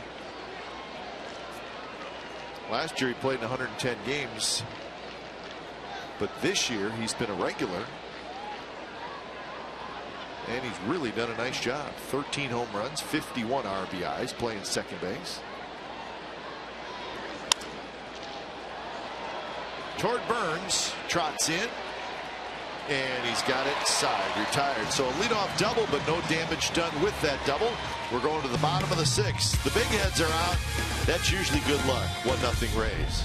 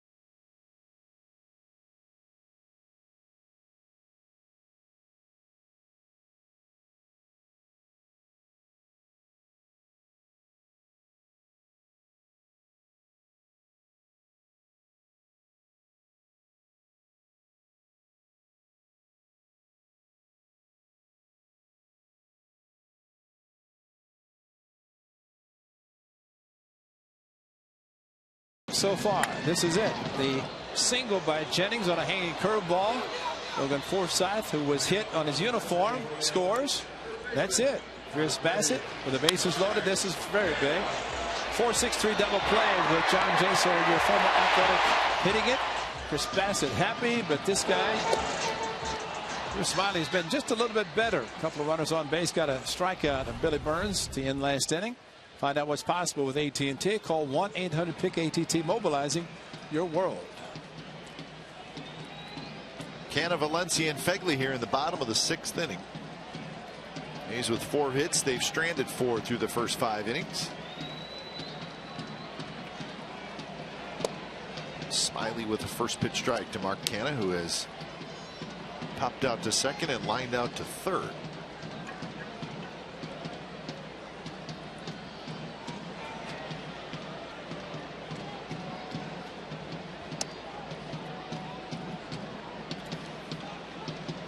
So 1-1 to Canna. What do you think about it? The Los Angeles Dodgers should not be no hit. I mean, with the talent that they've had on that team and the payroll, and they get no hit. They had an off day yesterday after they finished a 2-game series, both losses here at the Coliseum, and then go down to Houston and get no hit.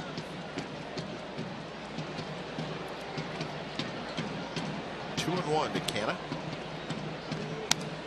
And they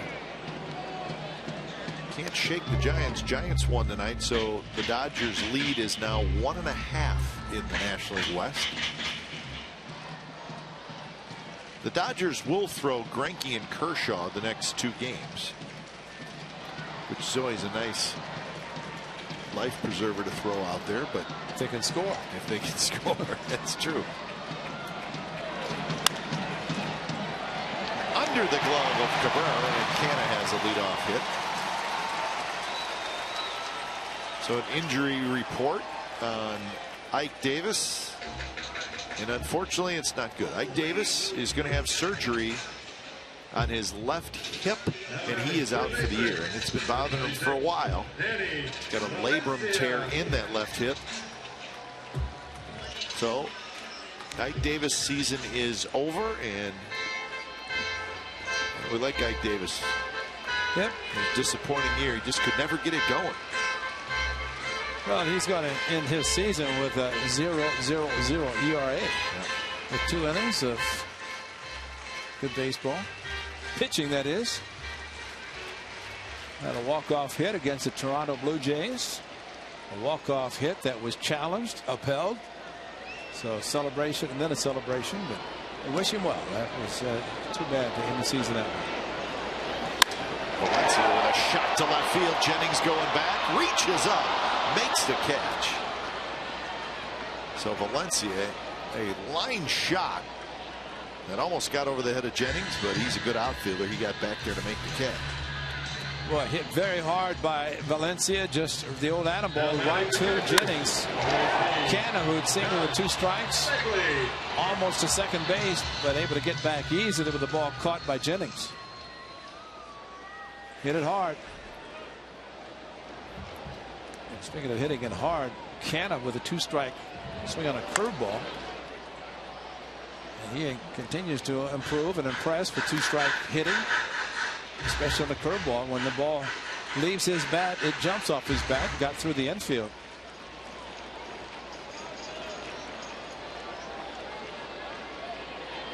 So 0-1 to Fegley, who has lined out and singled.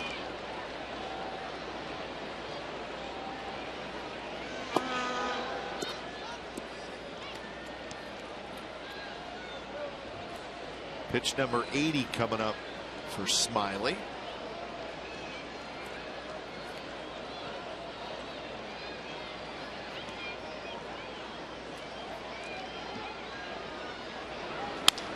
There's a base hit left field.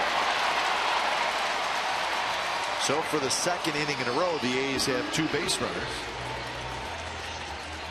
Take a look at this inning after 5 innings in which the A's really did nothing. 4 hits and could not come up with a big hit. Now all of a sudden 3 balls hit hard in this 1/2 inning.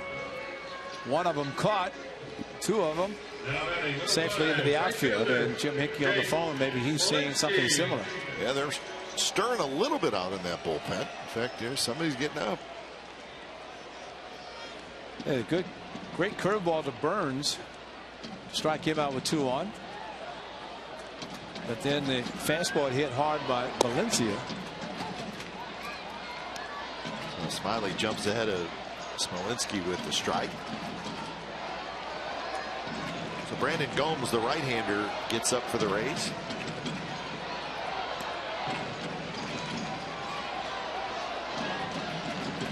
Runner goes, but it's hit foul. So Canna breaks from second to third.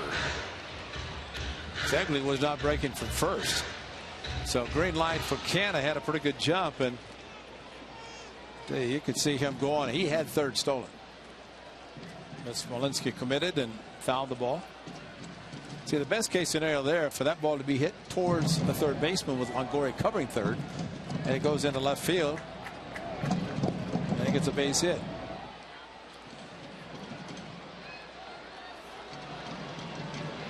Go-to pitch is a fastball that's high.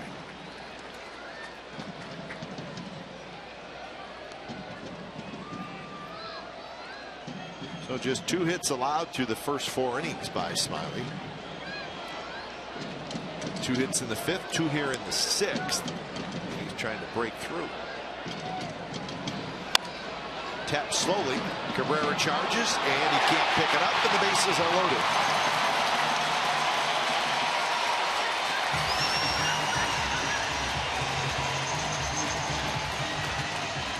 So it's a base hit for Smolinski.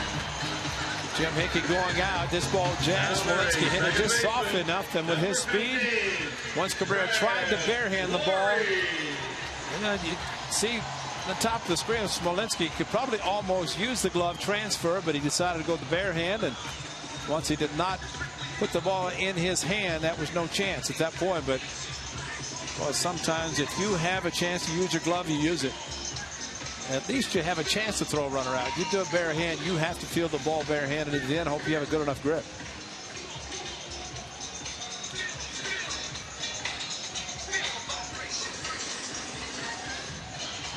So Laurie's the hitter. Laurie a single and a ground out against Smiley in his first 2 at bats. The numbers for Smiley as a starter against the A's. Yep. Shut out both times. And in trouble here in the 6th inning. First pitch to Laurie. He chased a curveball that was down and away, 0-1. Pitcher is in trouble, not the hitter. And good first pitch curveball by Smiley, and only the patience of Laurie was not there. Blocked. Solly keeps it in front, so the count even.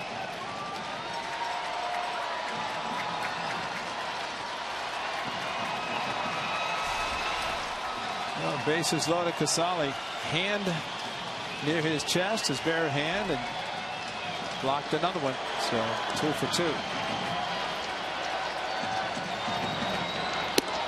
Just a bit high with a fastball.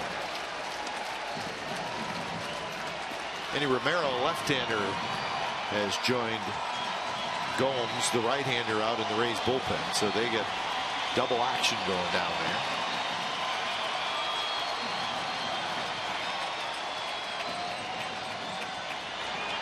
there. Curve fouled straight back. So now it's 2-2. That was a hanger. Wow. That was one to drive somewhere, and Laurie was on it. Just got to be thinking that's a good one to get a hit. Could not drive the ball. Infield back looking for a double play.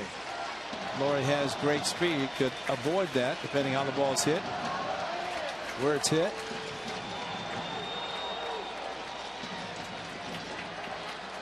Getting that time of the game. Get yourself ready if needed.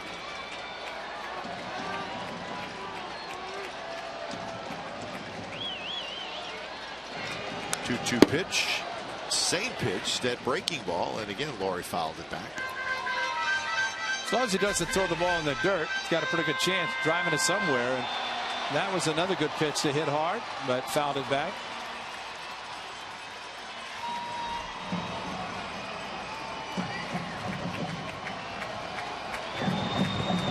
Relievers, both those guys should be pretty close to being ready.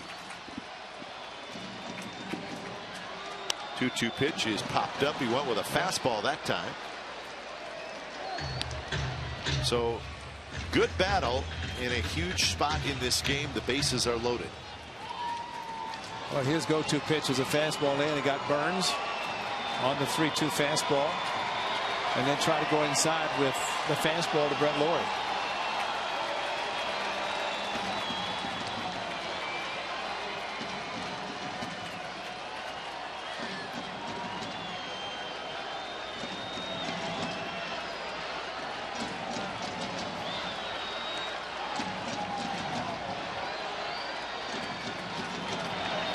Got him swinging. He went with a fastball just a little bit above the letters. Yeah, that's going to be it for him. Cash going out. That was the pitch you're concerned about, that it would go inside with the fastball, and he did and got it.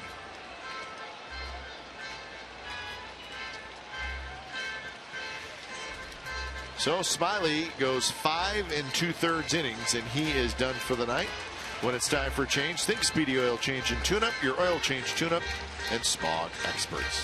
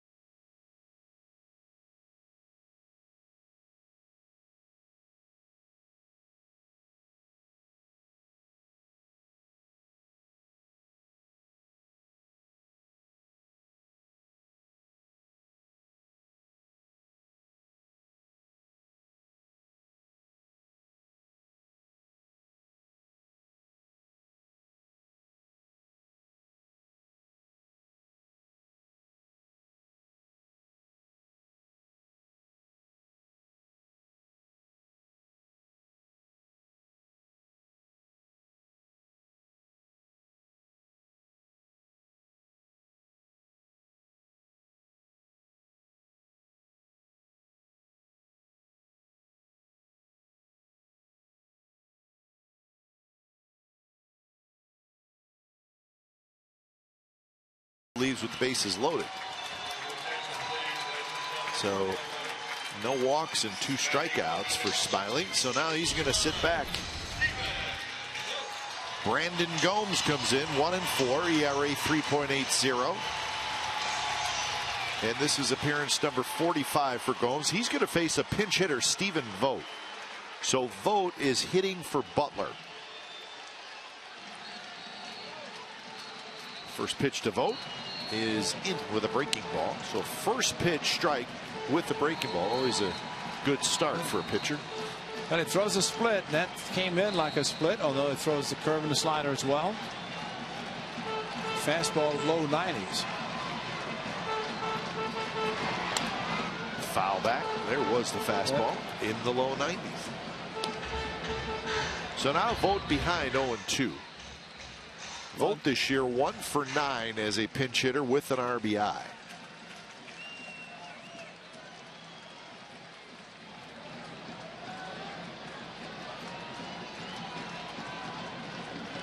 Two pitch inside, and what a play by Casale. He didn't really have time to get in front of it, so he just backhanded it. It was a splitter, overthrew it. First of all, it looked like it's going to hit Stephen Vogt. Didn't, and there's your backhand, and there's a great save, because in this inning he has blocked a couple with a runner at third. He did it with Laurie at the plate, and now with Stephen Vogt.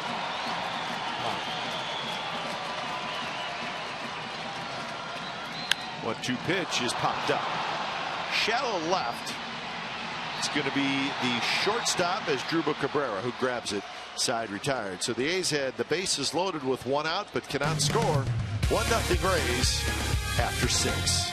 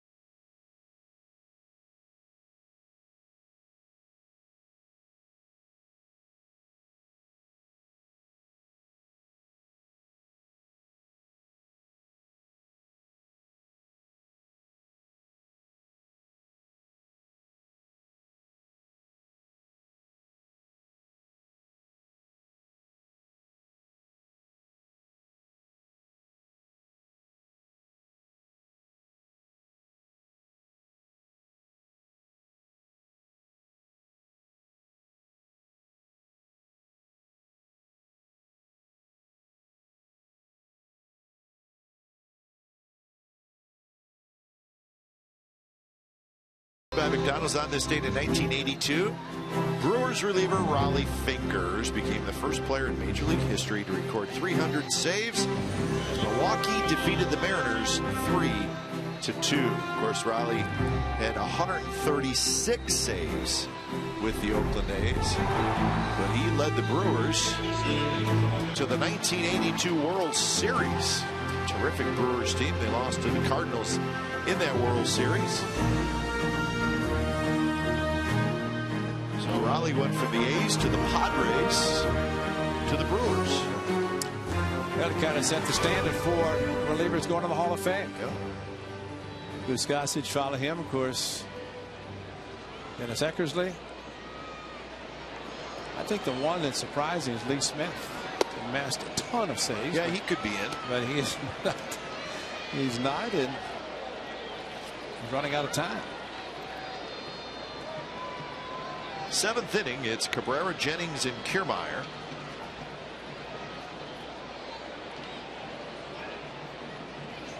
Chris Bassett rolling along. He's got 3 strikeouts. He's walked 1. He's given up 5 hits, and again, pitching extremely well. Now, Smiley had a couple of strikeouts.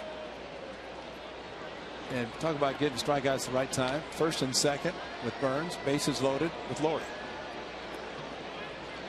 He's the only opportunities really tonight they've had to score in both times strikeouts for the Victors.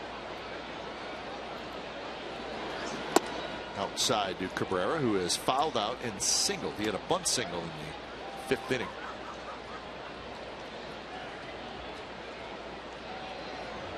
Blue Jays leading the Angels 5-1 now in the top of the 6th inning.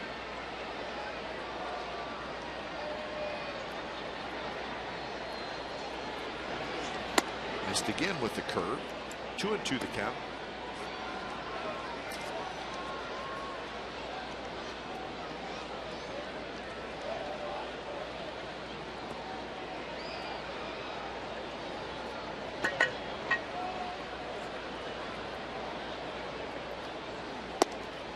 And a full count. So it was 0-2, and Bassett has now worked it to 3-2. He'll go for a little walk. I think sometimes the rhythm of a pitcher is determined by being in sync with the catcher. The last 2 pitches have been outside both. Chris Bassett had to shake to get to the pitch, almost shaking off 3 different pitches. And he missed as badly, and Cabrera gets the walk. So that'll be frustrating for Chris Bassett. So walk number 2, and that'll bring up Desmond Jennings. Now batting, number 8, Desmond Jennings. Rangers won again. They beat the Tigers 2-0. Colby Lewis over Justin Verlander. Colby Lewis is 14-5. How about that? He's tied for the league lead in wins with Keuchel and Hernandez. Colby Lewis. And loves to face the Athletics. Yeah, he does. Pitches well against them. So good for Colby Lewis. Pitching well. Rangers playing well. They've won 7 out of 9. Coming into the action today, they were just a game and a half back of the Angels for the second wild card, with the Orioles in between them, but the Orioles have already lost today. And the Angels losing 5-1. Could be a good day for the Rangers. And the first-year manager, Jeff Bannister, with the Rangers, his first year managing. They're now 62-59 are the Rangers. Derek Holland pitched the other day, so they got him back.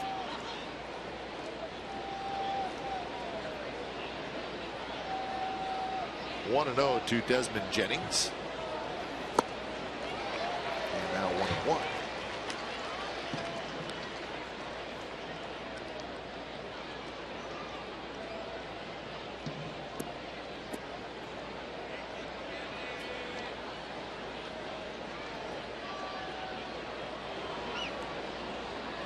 So 1-1 to Jennings, who has an RBI single and a ground out. Chops this one. Valencia has it. He'll throw high to second, but Laurie reaches up to grab it, and they get the out at second base. So 1 away. Keeping an eye on that pitching matchup in Seattle. And right now it's the White Sox 4, the Mariners nothing in the 7th inning. There's the breakdown of the Sale-Hernandez matchup.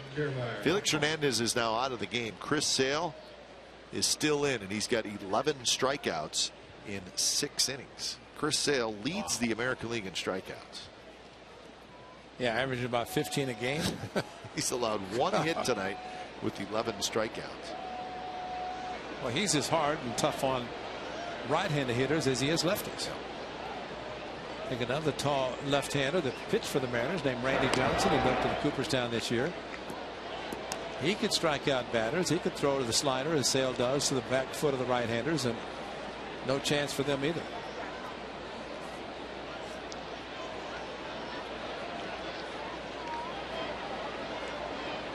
First pitch to Kiermaier is a strike. Indians beat the Yankees 7-3. Carrasco over Tanaka. So with the loss, the Yankees now have just a 1-game lead over the Blue Jays and a 5-game lead over the Orioles in the East. Bassett off his glove. Laurie grabs it, and he will flip to second to get the out there. So Jennings stopped, and then Laurie had a decision to make. Made sure to get the lead runner. Checking on Bassett. See where it got him. Now batting, number 19, Kurt Casale. At that point, if Laurie runs Jennings back, Jennings might make it to second base. Got him off the glove, and I don't know if it had been a double play without it. Kiermaier runs too fast. The ball was hit kind of softly anyway.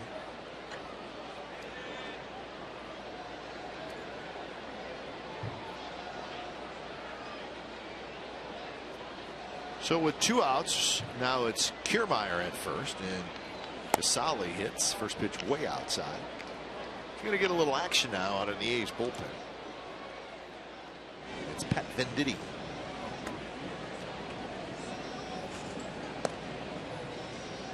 And he's warming up quickly. Teddy B. The creative fans of the Oakland Athletics. That's amazing. It's a fair ball down the left field line.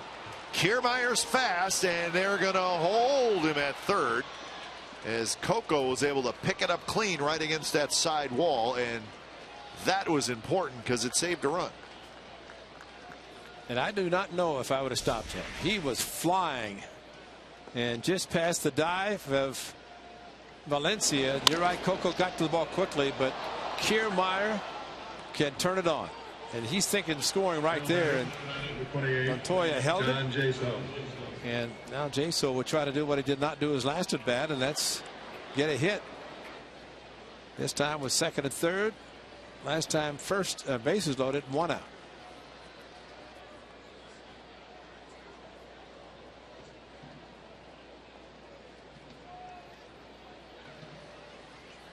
So 94 pitches for Bassett.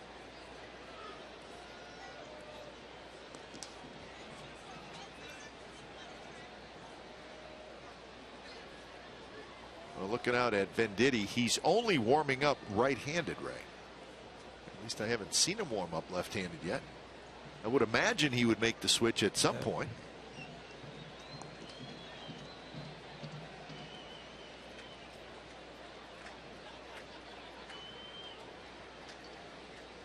And in all honesty, maybe he's got a certain amount he does need to throw from each side.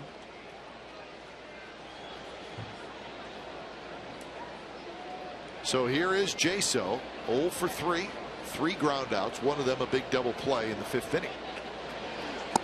First pitch, check swing inside. Jaso came up in the 5th inning. The bases were loaded and 1 out. He got ahead in the count. And then he hit a ground ball to second, and the A's turned a double play. Shift is on. And that hit him. And now the bases are going to be loaded for Grady Sizemore. I just wonder if he's thrown enough to the left side. Venditti, see if make the move, or Bob Melvin does the same thing he did with Jesse Chavez on Wednesday.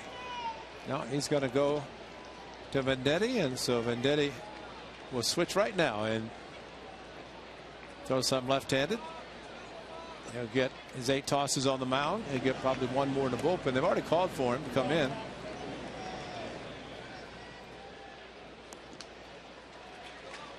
So Chris Bassett, 6 2/3 innings tonight. When it's time for change, think Speedy Oil Change and Tune-Up. Your oil change, tune-up, and smog experts.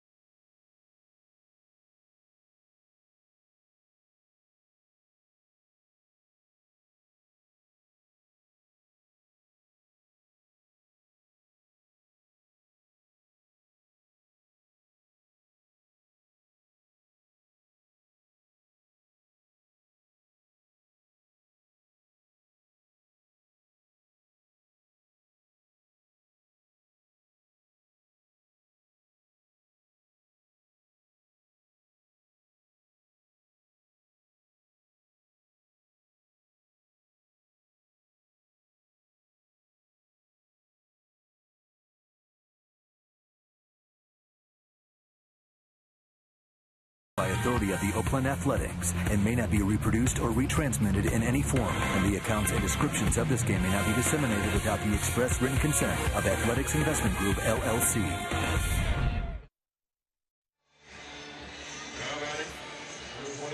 So Pat Venditti comes in. Grady Sizemore's the hitter. And it doesn't seem like the Rays are quite sure what to do. Venditti is warmed up left-handed and right-handed. This right here has been going on, Ray, for about a minute. Just not sure what.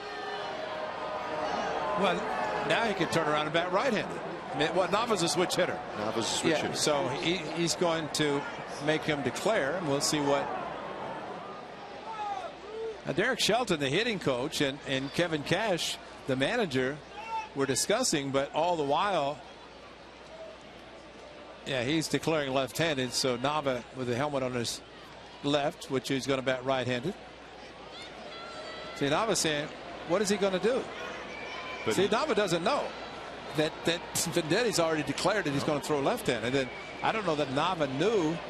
Now remember, Nava was with Boston, and this is where Venditti started. Was it Boston against the Red Sox? So there should be some similarities or familiarity, at least from Nava's standpoint, that Venditti with the switch hitter has to declare. I don't think he faced him in Boston, Nava. So Nava will hit from the right side. Venditti told him, I'm going to throw left-handed, and so Nava will hit right-handed. The first pitch, it scoots away from Fegley, but not far enough. So as we've mentioned quite a few times, but we just like to make sure people get it, is when a switch hitter comes up, Venditti is the one who has to declare what arm he's going to throw with. And after he does that, then the hitter does what he needs to do. And again, that's in the case of a switch hitter, and Nava is a switch hitter.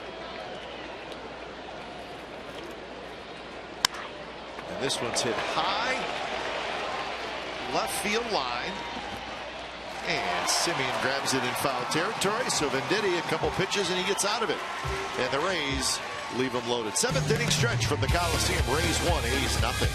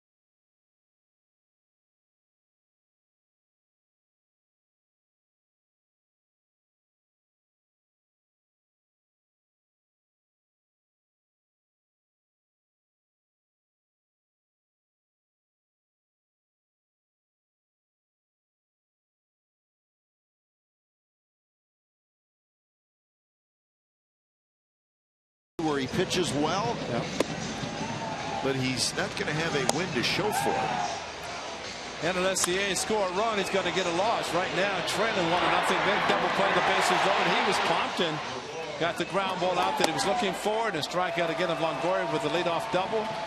And Chris Bassett, and even talking to Brian Anderson and Dwayne Stats on the Tampa Bay side, they remember him with the White Sox throwing not as many fastballs, but they also looked at the notes and said, can you believe he only has 1 win and every loss is by 1 run?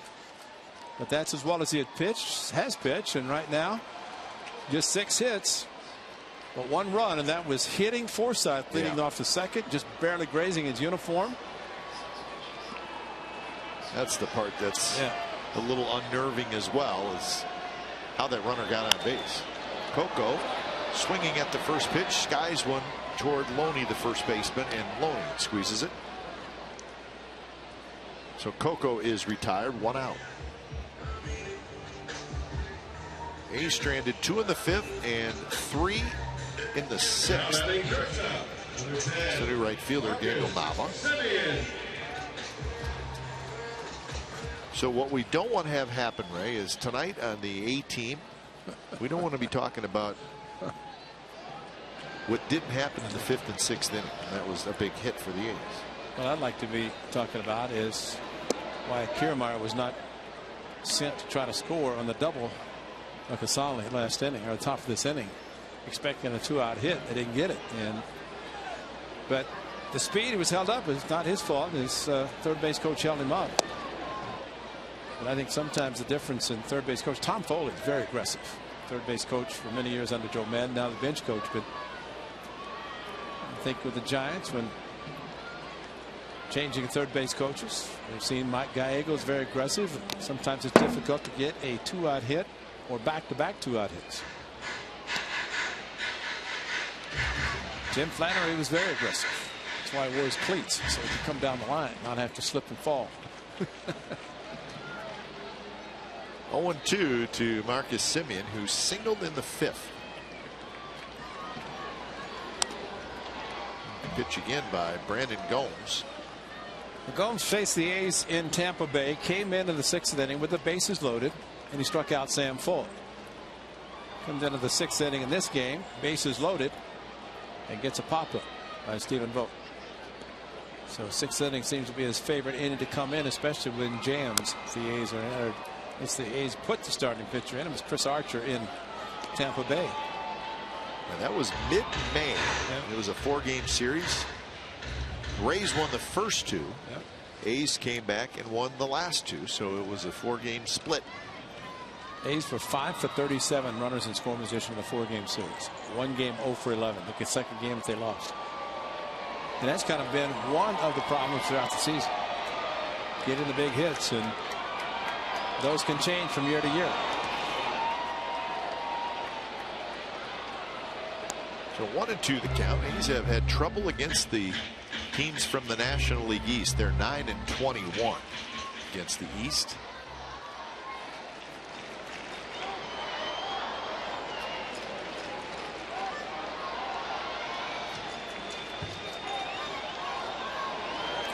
Fastball is way high.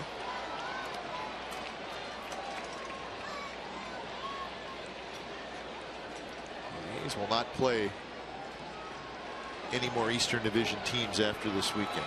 They can say that. Yeah, completed the last East Coast trip. Nasty pitch there. That's a splitter. Sharp breaking splitter downward.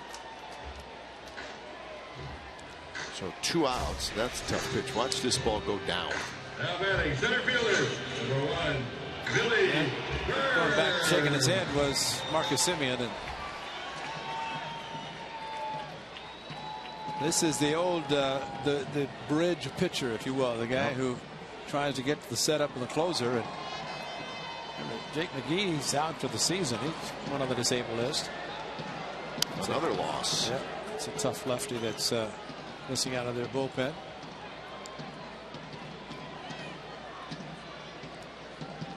I think he had the surgery today. Right. Jake McGee. Well, the A's were able to get to the Dodgers bullpen.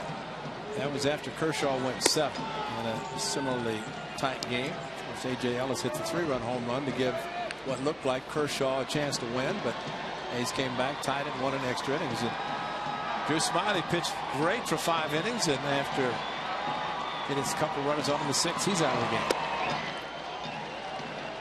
And the A's can get to their bullpen.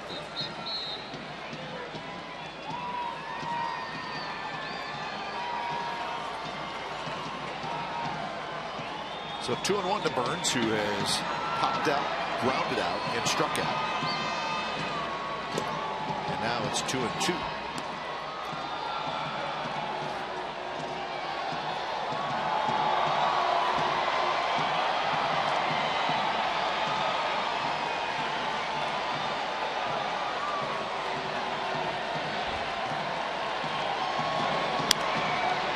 Hit foul. It's past the A's dugout. The crowd tonight is 20,671. Tomorrow night we'll have fireworks after the game, and a big crowd is expected.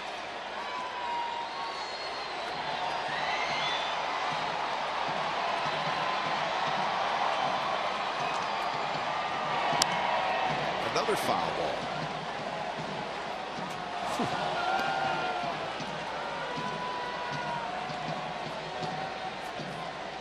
So 2-2 to Burns, trying to get aboard. Canna's had some good swings tonight. He's in the on-deck circle.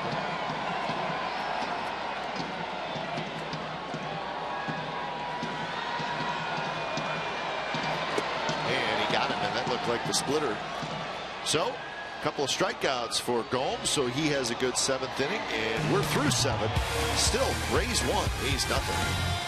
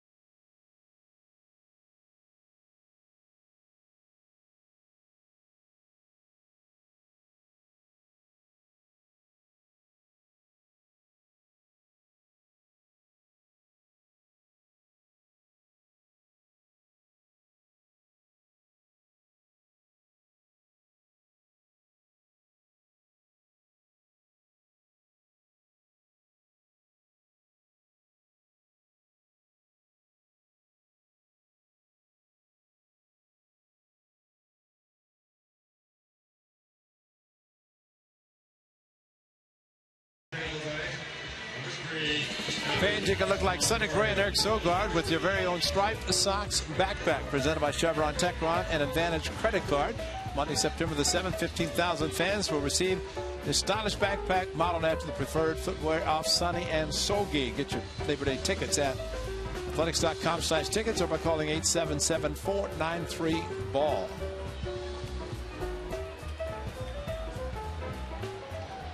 See, I've got. What do you got? Got 2 grandsons, Matthew and Joseph, and Madeline. I guess all 3, the Sogi backpack. You got to get them all 3.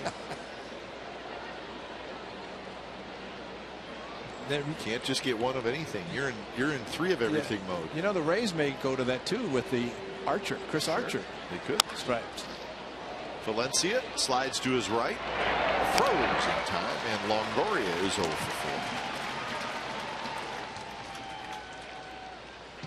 Nice play by Valencia. Yeah, he's got a very strong arm. You have to have it at the hot corner deep, as he is very deep. Longoria runs well, but a bullet across the diamond and got him easily. So Valencia doing it all, playing at third base, his natural position. And a perfect throw to Mark Canha, as the first baseman who's not played a lot there. Mark Canha appreciates the good throw. So 1 away for Loney.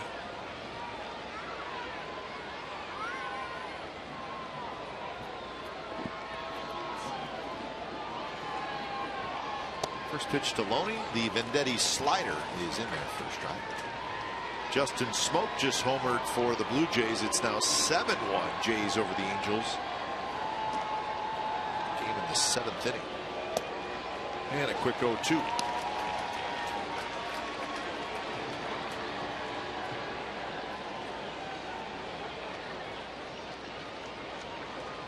Loney has grounded out twice and hit a fly ball to center field.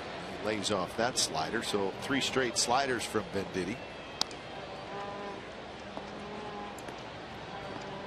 White Sox had a 4-0 lead over the Mariners, but Mark Trumbo just hit a 3-run homer, and it's now 4-3. White Sox over Seattle in the 7th, so Mariners coming back. Swing and a miss as Loney waves at a slider. So with Venditti, you could almost go like the Army, left, right, left, right. Because here he comes up after this left. So he goes left with Nava, right to Longoria, left to Loney, right to Forsythe, who is coming up now. He just switches the glove in between. Nobody even knows he does it quickly. Yeah, until the hitter gets up to. Wait a minute. Watch. I don't want anybody to see. The glove itself looks weird if you really pay close attention to it. When you have two thumbs in a glove. Well, 4 in a row. So nice job by Venditti. He trots off. He retires the 4 hitters he faced. Indeed. Bottom of the 8th coming up. 1-0. Rays lead the A's.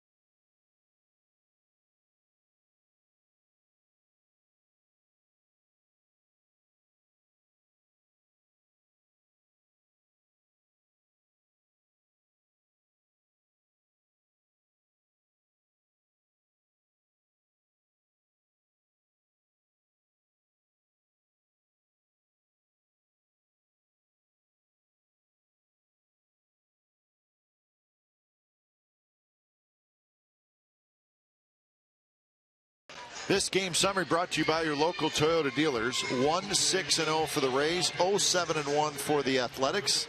The only run in the game, an RBI single by Desmond Jennings. That was in the 2nd inning. Chris Bassett good again. Nothing to show for it. Smiley got into the 6th inning.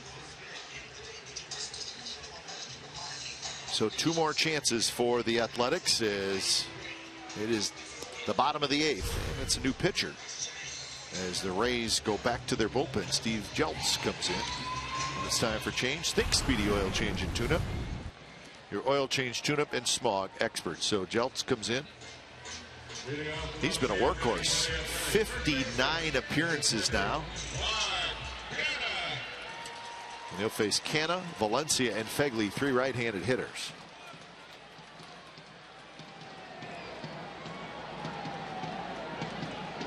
A's have stranded 7 through the first 7 innings. First pitch, a breaking ball, snaps in there, and it catches the outside corner. Canna, a pop out, a line out, and a single. 1 for 3. We're going to play every day now with Ike Davis out for the year.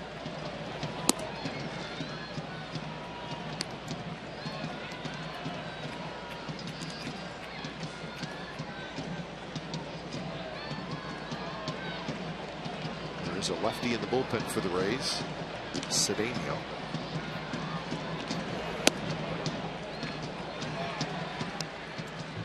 David Price still on the mound down in Anaheim with a 7-1 lead. Scribner and Pomeranz, a lefty and a righty for the A's. Well, looks like swing by Canna. Looks like Pomeranz might be up to close as he closed the game on Wednesday in Chavez' game. Evan Scribner also capable as he has done it, but this being the 8th inning, if the A's can score either 1 or 2, it might be the lefty Pomeranz. We'll see. The A's just need to get on the board. They have the hits, but 2 innings back to back. They've left 5 combined in the 5th and 6th. Ooh. And Canna chased a pitch that was low. And that's out number 1 here in the bottom of the 8th inning. Boy, he's been aggressive with 2 strikes, maybe overly aggressive here as he committed and wishes he had not committed with a pitch out of the strike zone. And that's too bad. That would have been ball 3. You never know. So with 1 out, Valencia steps in. Fly ball to center, foul out, and a line out. 0 for 3. Best offensive night in the big leagues tonight, Ray, belonged to Yoenis Cespedes. The Mets were playing at Coors Field, which is a good thing if you're a hitter. And Cespedes took full advantage. Cespedes went 5 for 6 with 3 home runs and 7 RBIs. He hit a solo homer, a 2-run homer, and a grand slam. And he scored 5 runs. You can only imagine how far they went in Coors Field.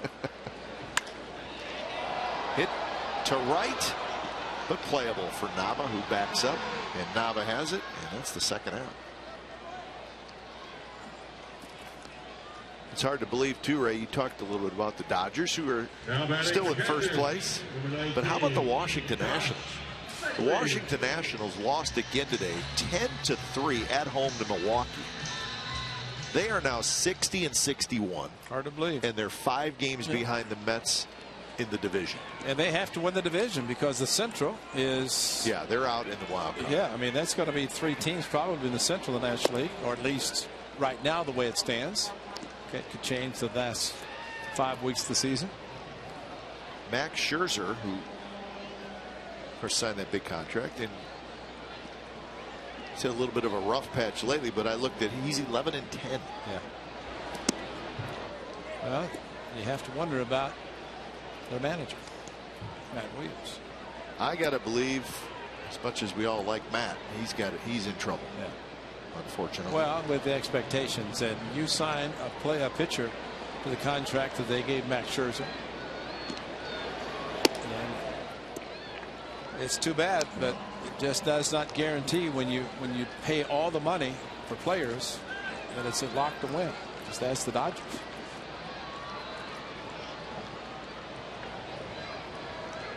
Two and 1 to Fegley, who's got a couple of hits. And this one's lifted toward right. Nava in and over near the line. He's got it. So Steve Jeltz has a good 8th inning. 3 up, 3 down. So the 9th inning is coming up. Still Rays 1, A's nothing. On the excellent operating system.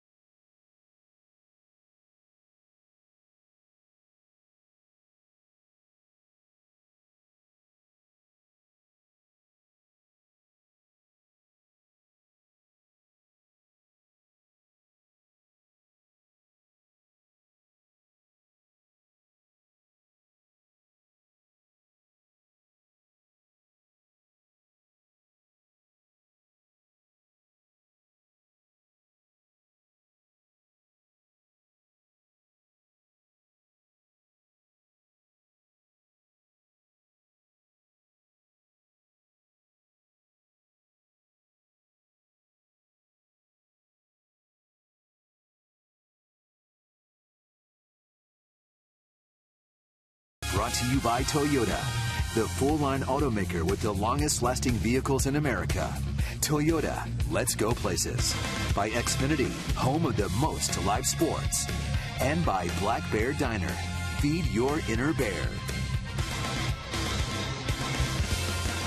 Hey, we got in-depth sports news for the Bay Area fan. Know it all with Sportsnet Central. It's brought to you by Hyundai.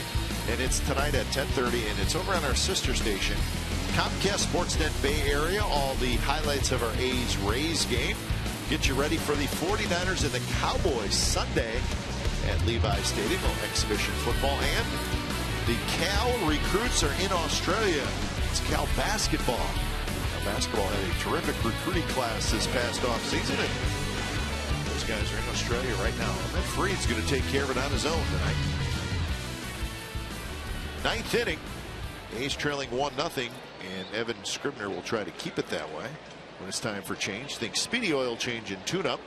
Your oil change, tune-up, and smog experts. And the first pitch is drilled to left center field. Burns on the run, and Burns tracks it down as Coco veers off right at the last minute. So Cabrera hit that ball well, but it just kind of stayed up.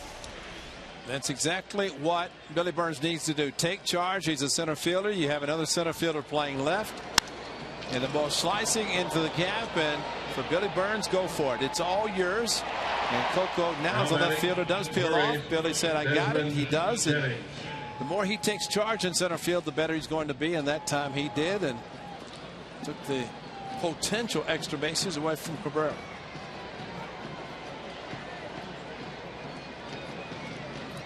One away for Desmond Jennings, who rolls the first pitch foul. Rays got a good closer. His name is Brad Boxberger, and he's warming up right now. Boxberger with 29 saves.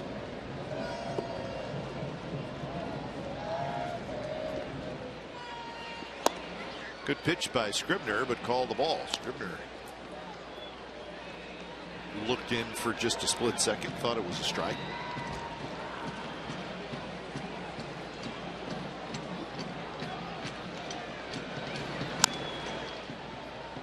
And now Scribner ahead in the count 1-2 in the bottom of the ninth. It'll be Smolinski, Laurie, and Vogt.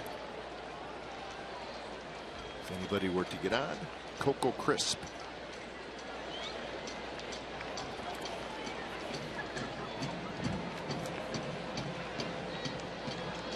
Scribner ahead in the count.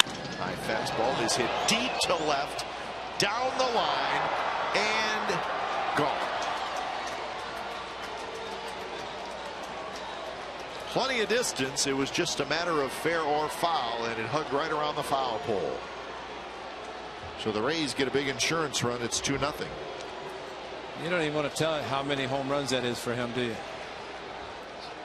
I don't want to. And I may not. Yeah. 2 strikes. He wanted a high fastball. It was above the belt. Scribner knew it was gone. He was hoping it would go foul. It did not. So the 2 RBIs in this game, both by Jennings. This was the biggest blow of the night. First one was big. This was really big. And that's a second deck shot. And a fastball. Jennings has driven in both runs. And both times with 2 strikes. They got a hanging curveball from Chris Bassett and a high fastball from Evan Scribner. Home run number 1 for Jennings. The curve. 1-1 to Kiermaier, who is going 1 for 3. Singled. He reached on a fielder's choice, so he's been on base a couple of times. The loud cheer you heard perhaps was Boxberger down in the bullpen yelling thank you. Closers always like extra runs, and he just got a big one. Changes everything, because now the A's, while they could have gotten a base run on, maybe sacrificed just try to tie the game, and now it's totally different for the closer Boxberger coming in. He has 2 saves against the A's this year. Well, plus, if you have to lay one in there to throw a strike, not walk anybody. That's right. The guy hits it out. Yep. You're still okay. That's right. You have to be a little more careful if it's just a 1-run lead.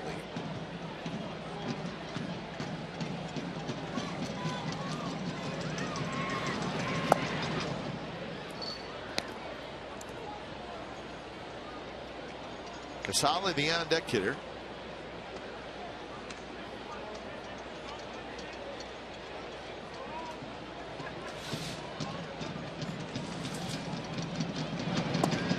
one misses badly, and now it's 3-2. So 7 hits now for both teams. Ahmad gets up. Shallow left field. Coco comes in. He's got it. So 2 outs here in the top of the ninth. Join us tonight. A's post game. It's the A-team. Vince Catroni, Ray Fosse, Ken Cork, and myself. We're going to get together and have an unscripted roundtable discussion about tonight's game. It's only on A's post game live at 95.7 The Game after the game. So we'll do that. Look forward to it. Unscripted being the key word.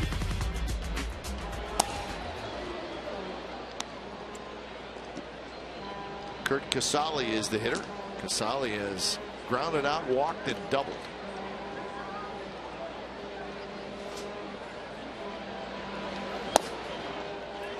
1-1 the count. Rene Rivera is the other catcher for the Rays.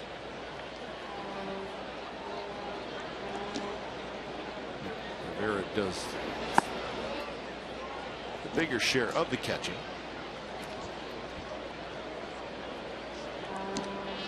Rays not a real high scoring team. They're second to last in the American League in runs scored, but the pitching's pretty good as always.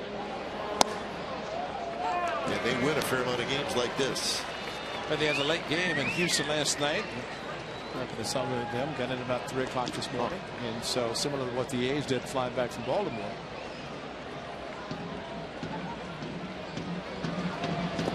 And a curve. Casale swings and misses. Fegley will flip it to first, and we are headed to the bottom of the ninth. And the Rays got that insurance run on the home run by Jennings. So Rays 2, A's nothing. Bottom of the ninth coming up. Fans, it's time for the Wheel of Cam. Down the rounds we go.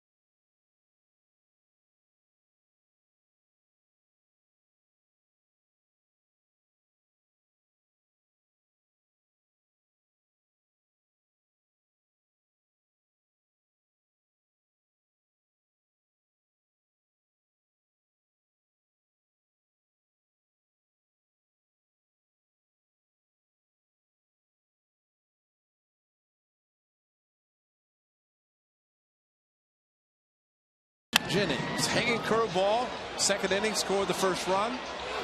Desmond Jennings, a good night, and especially this one in the ninth inning. 2-strike fastball, so he had a hanging curveball with 2 strikes, a high fastball with 2 strikes, 2 runs by the Rays. Both runs scored and driven in by that gentleman, our Honda player of the game. We assume he's a gentleman, but to the Rays, he's a gentleman, and he's not played that much, but got an insurance run for the closer, Brad Boxberger. 2 saves. We've mentioned the 2 wins for the Rays against the A's in Tampa. He picked up saves for Colomé and Archer, and really gave the A's not much of a chance to do anything. Typically closer with a bad record, because they come in, if they blow it, they usually get the loss, and A's are hoping that will happen if Reddick is it. First pitch to the pinch hitter Reddick for Smolinski is low.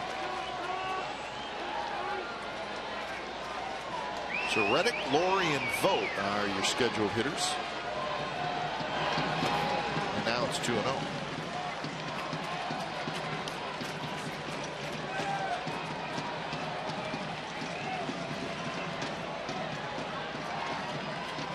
Reddick 281. He's got 14 home runs and 61 RBIs. One after what may have been ball 3. Fouled it back. So 2-1 the count. Smolinski, while he was in there, went 1 for 3.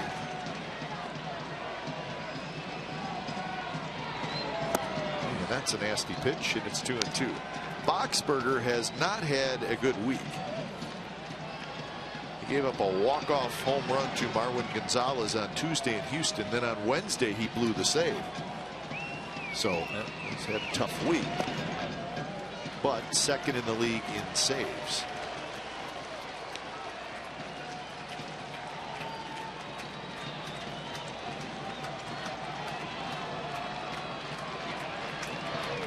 A's need base runners, and Reddick tried to do that. 3-2 is ripped to right field. Nava's right there, and he makes the catch.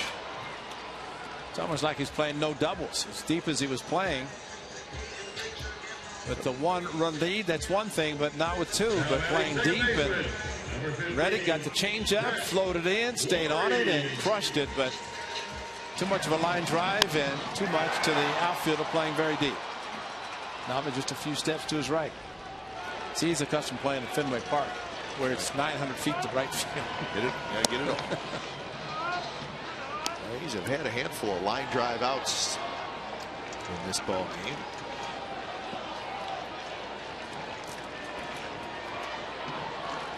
So 1-0 to Laurie. A base hit back in the second inning, and he takes a strike. 93 miles an hour from Boxberger. And perhaps the at-bat of the game was Brett Laurie, bases loaded, 1 out, and it was against Drew Smiley. Smiley got the strikeout. Rays got out of the inning, and Rays are still trailing now by 2. Chase the high fastball.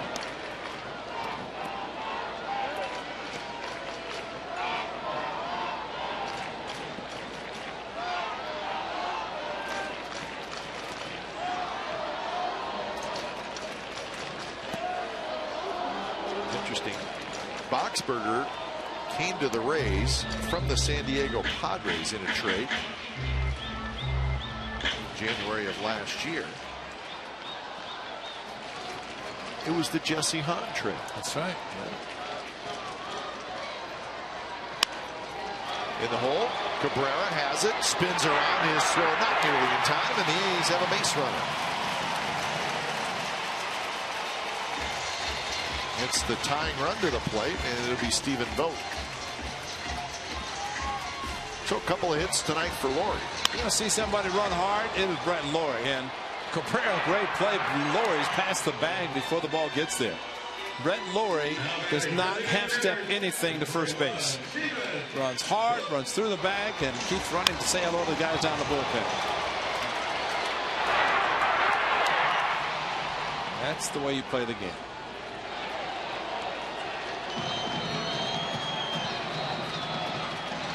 First pitch to Vogt, swing and a miss. 80 miles an hour. You'd like to see the former Tampa Bay Ray do something big. Wouldn't it be great? Did hit a home run against Chris Archer in St. Petersburg. That was the game, one of the games the A's lost.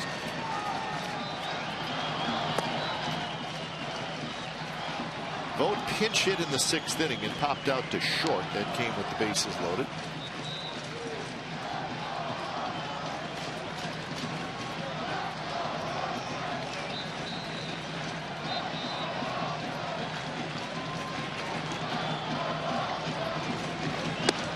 Close. Now Vogt ahead in the count, 2-1.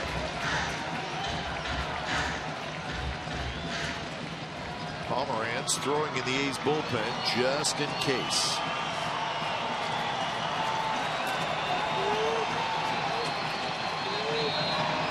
Vogt got a pitch up and out over the plate, and he fouled it back. I think he wants that one back. Yeah, it makes it really understandable how difficult it is when you see a high fastball and you think it's a good pitch to hit. That's out of the strike zone, and have it back, but really maybe have it back and not swing at it. Yeah, ball 3. Right. It was a little high. Full count. Coco Crisp is the on-deck hitter.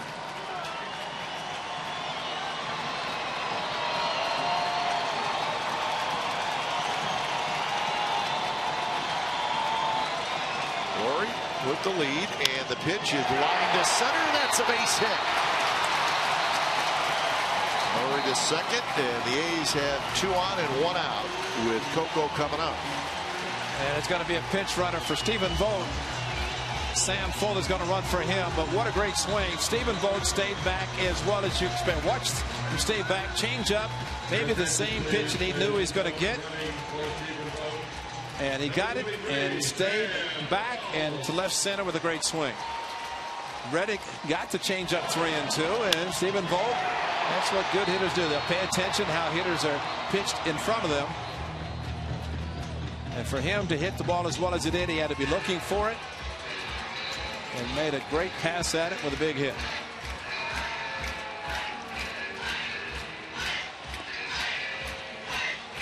So full meeting on the mound. So it looks like Boxberger is kind of going through one of those stretches where it's never easy. Colomé is now up, and he's getting ready quickly. Well, how big is the run at the top of the inning right now? Always is. Yeah, never fails. And Jennings with a solo home run, 2-0. Boxberger now with runners at first and second, but he has a 2-run lead.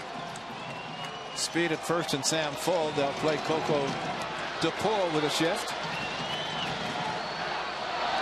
And that one to the backstop, and both runners are going to move up.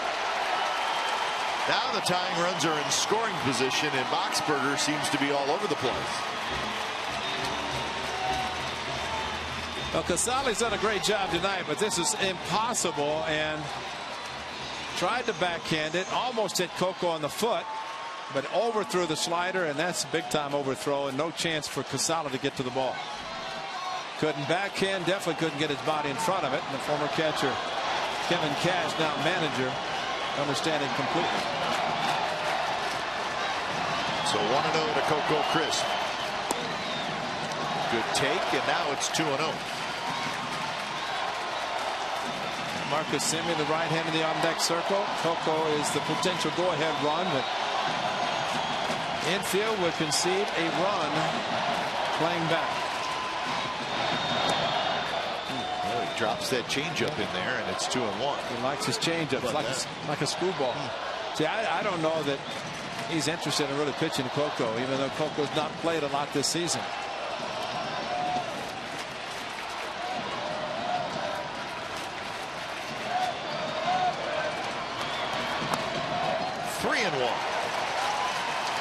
When your catcher has to stab at the ball, that's not good. And Casale had to do that.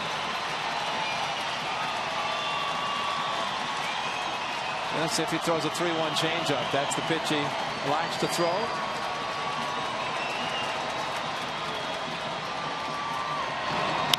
And he did, and it's popped up shallow center. Cabrera's out, and it falls. And they throw back to second. Now the ball rolls away. A run scores, and Fuld goes to third. A huge mistake by the Rays. They tried to get Fuld at second, and they threw it away. Boy, talk about excuse me swing. As this is as check a swing as you'll ever see. Coco didn't even follow all the way through. Softly hit into center field. Playing deep was the center fielder. Kiermaier. Speed could not get it. Going out as Cabrera could not get it. And it was the center fielder Kiermaier throwing back and throwing errantly at second base. And really didn't have much of a chance to get Sam Fuld. But that's a huge mistake. Yeah, absolutely. It would have been first and second. And now it's first and third with 1 out. So single RBI, E8, and here's Semien. And the first pitch is in the dirt.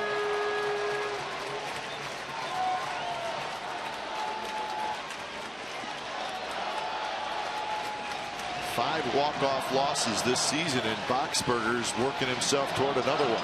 I just saw the 9 losses, 4-9, and figure 5 are walk-offs. The A's would like to make it 10 losses and 6.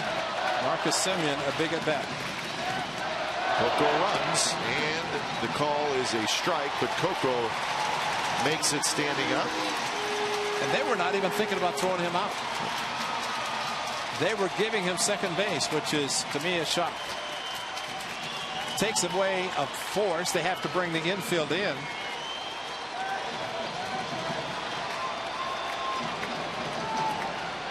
So now a base hit could win it. There's a hard hit ball just fouled on the third base line. 1-2 now to Marcus Semien, who's 1 for 3.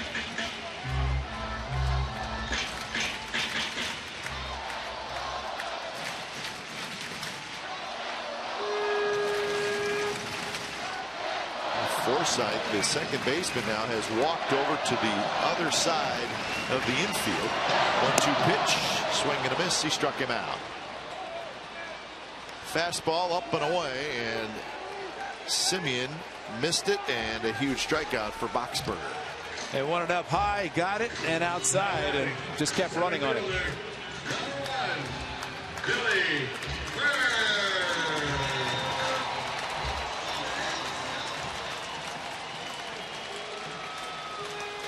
Now Boxberger has to be concerned about not throwing a wild pitch. Yeah, he's gonna max out Casale here, the catcher. Well, and also you got Billy Burns in the infield on the corners playing shallow, even with the bag. And is it possible for Billy Burns to do what he did against the Astros, where he hit the infield I think so, chopper that could not turn a double play? It was challenged, and 0-1 pitch is chopped foul on a fastball that was running in on Burns. So now it's 0-2. So Boxberger is able to jump ahead of Burns. Tying run at third, winning run at second, a run in here in the bottom of the ninth.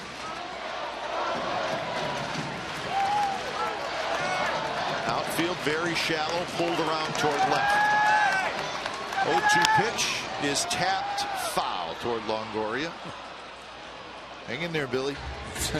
Longoria jumped to get the ball, and he jumps. There's no chance throwing out Billy Burns. You just want to see Billy Burns make contact. That's the big thing. Make contact and put some pressure on the infielders. Yeah.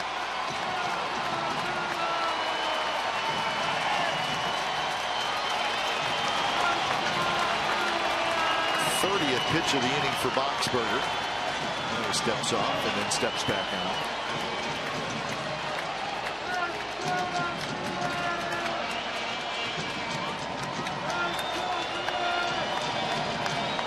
Oh, 2 pitch, fouled straight back. Good swing there by Burns on a fastball that was a little up.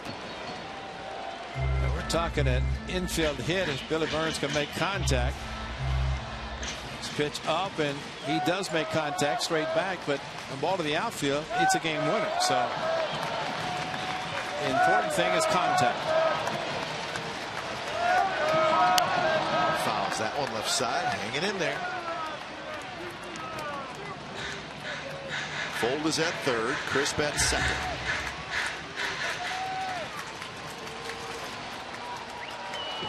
Kiermaier very shallow in center field.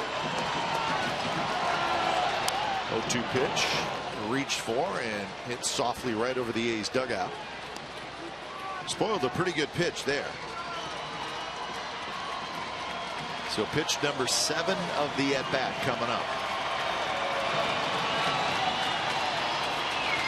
Burns is due. He's 0 for 4 with a couple of strikeouts.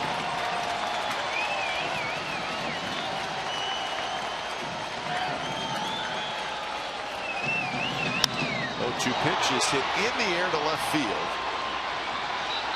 Jennings squeezes it, and the Rays win it by a final score of 2-1. So the A's get a run in the 9th inning, and they had a chance to tie it and maybe win it, but they come up just short. So Smiley gets the win, Bassett gets the loss, Boxberger gets the save. It took 2 hours and 51 minutes in front of 20,671. Final score: the Rays 2 and the Athletics 1. You've been watching A's Baseball on CSN California.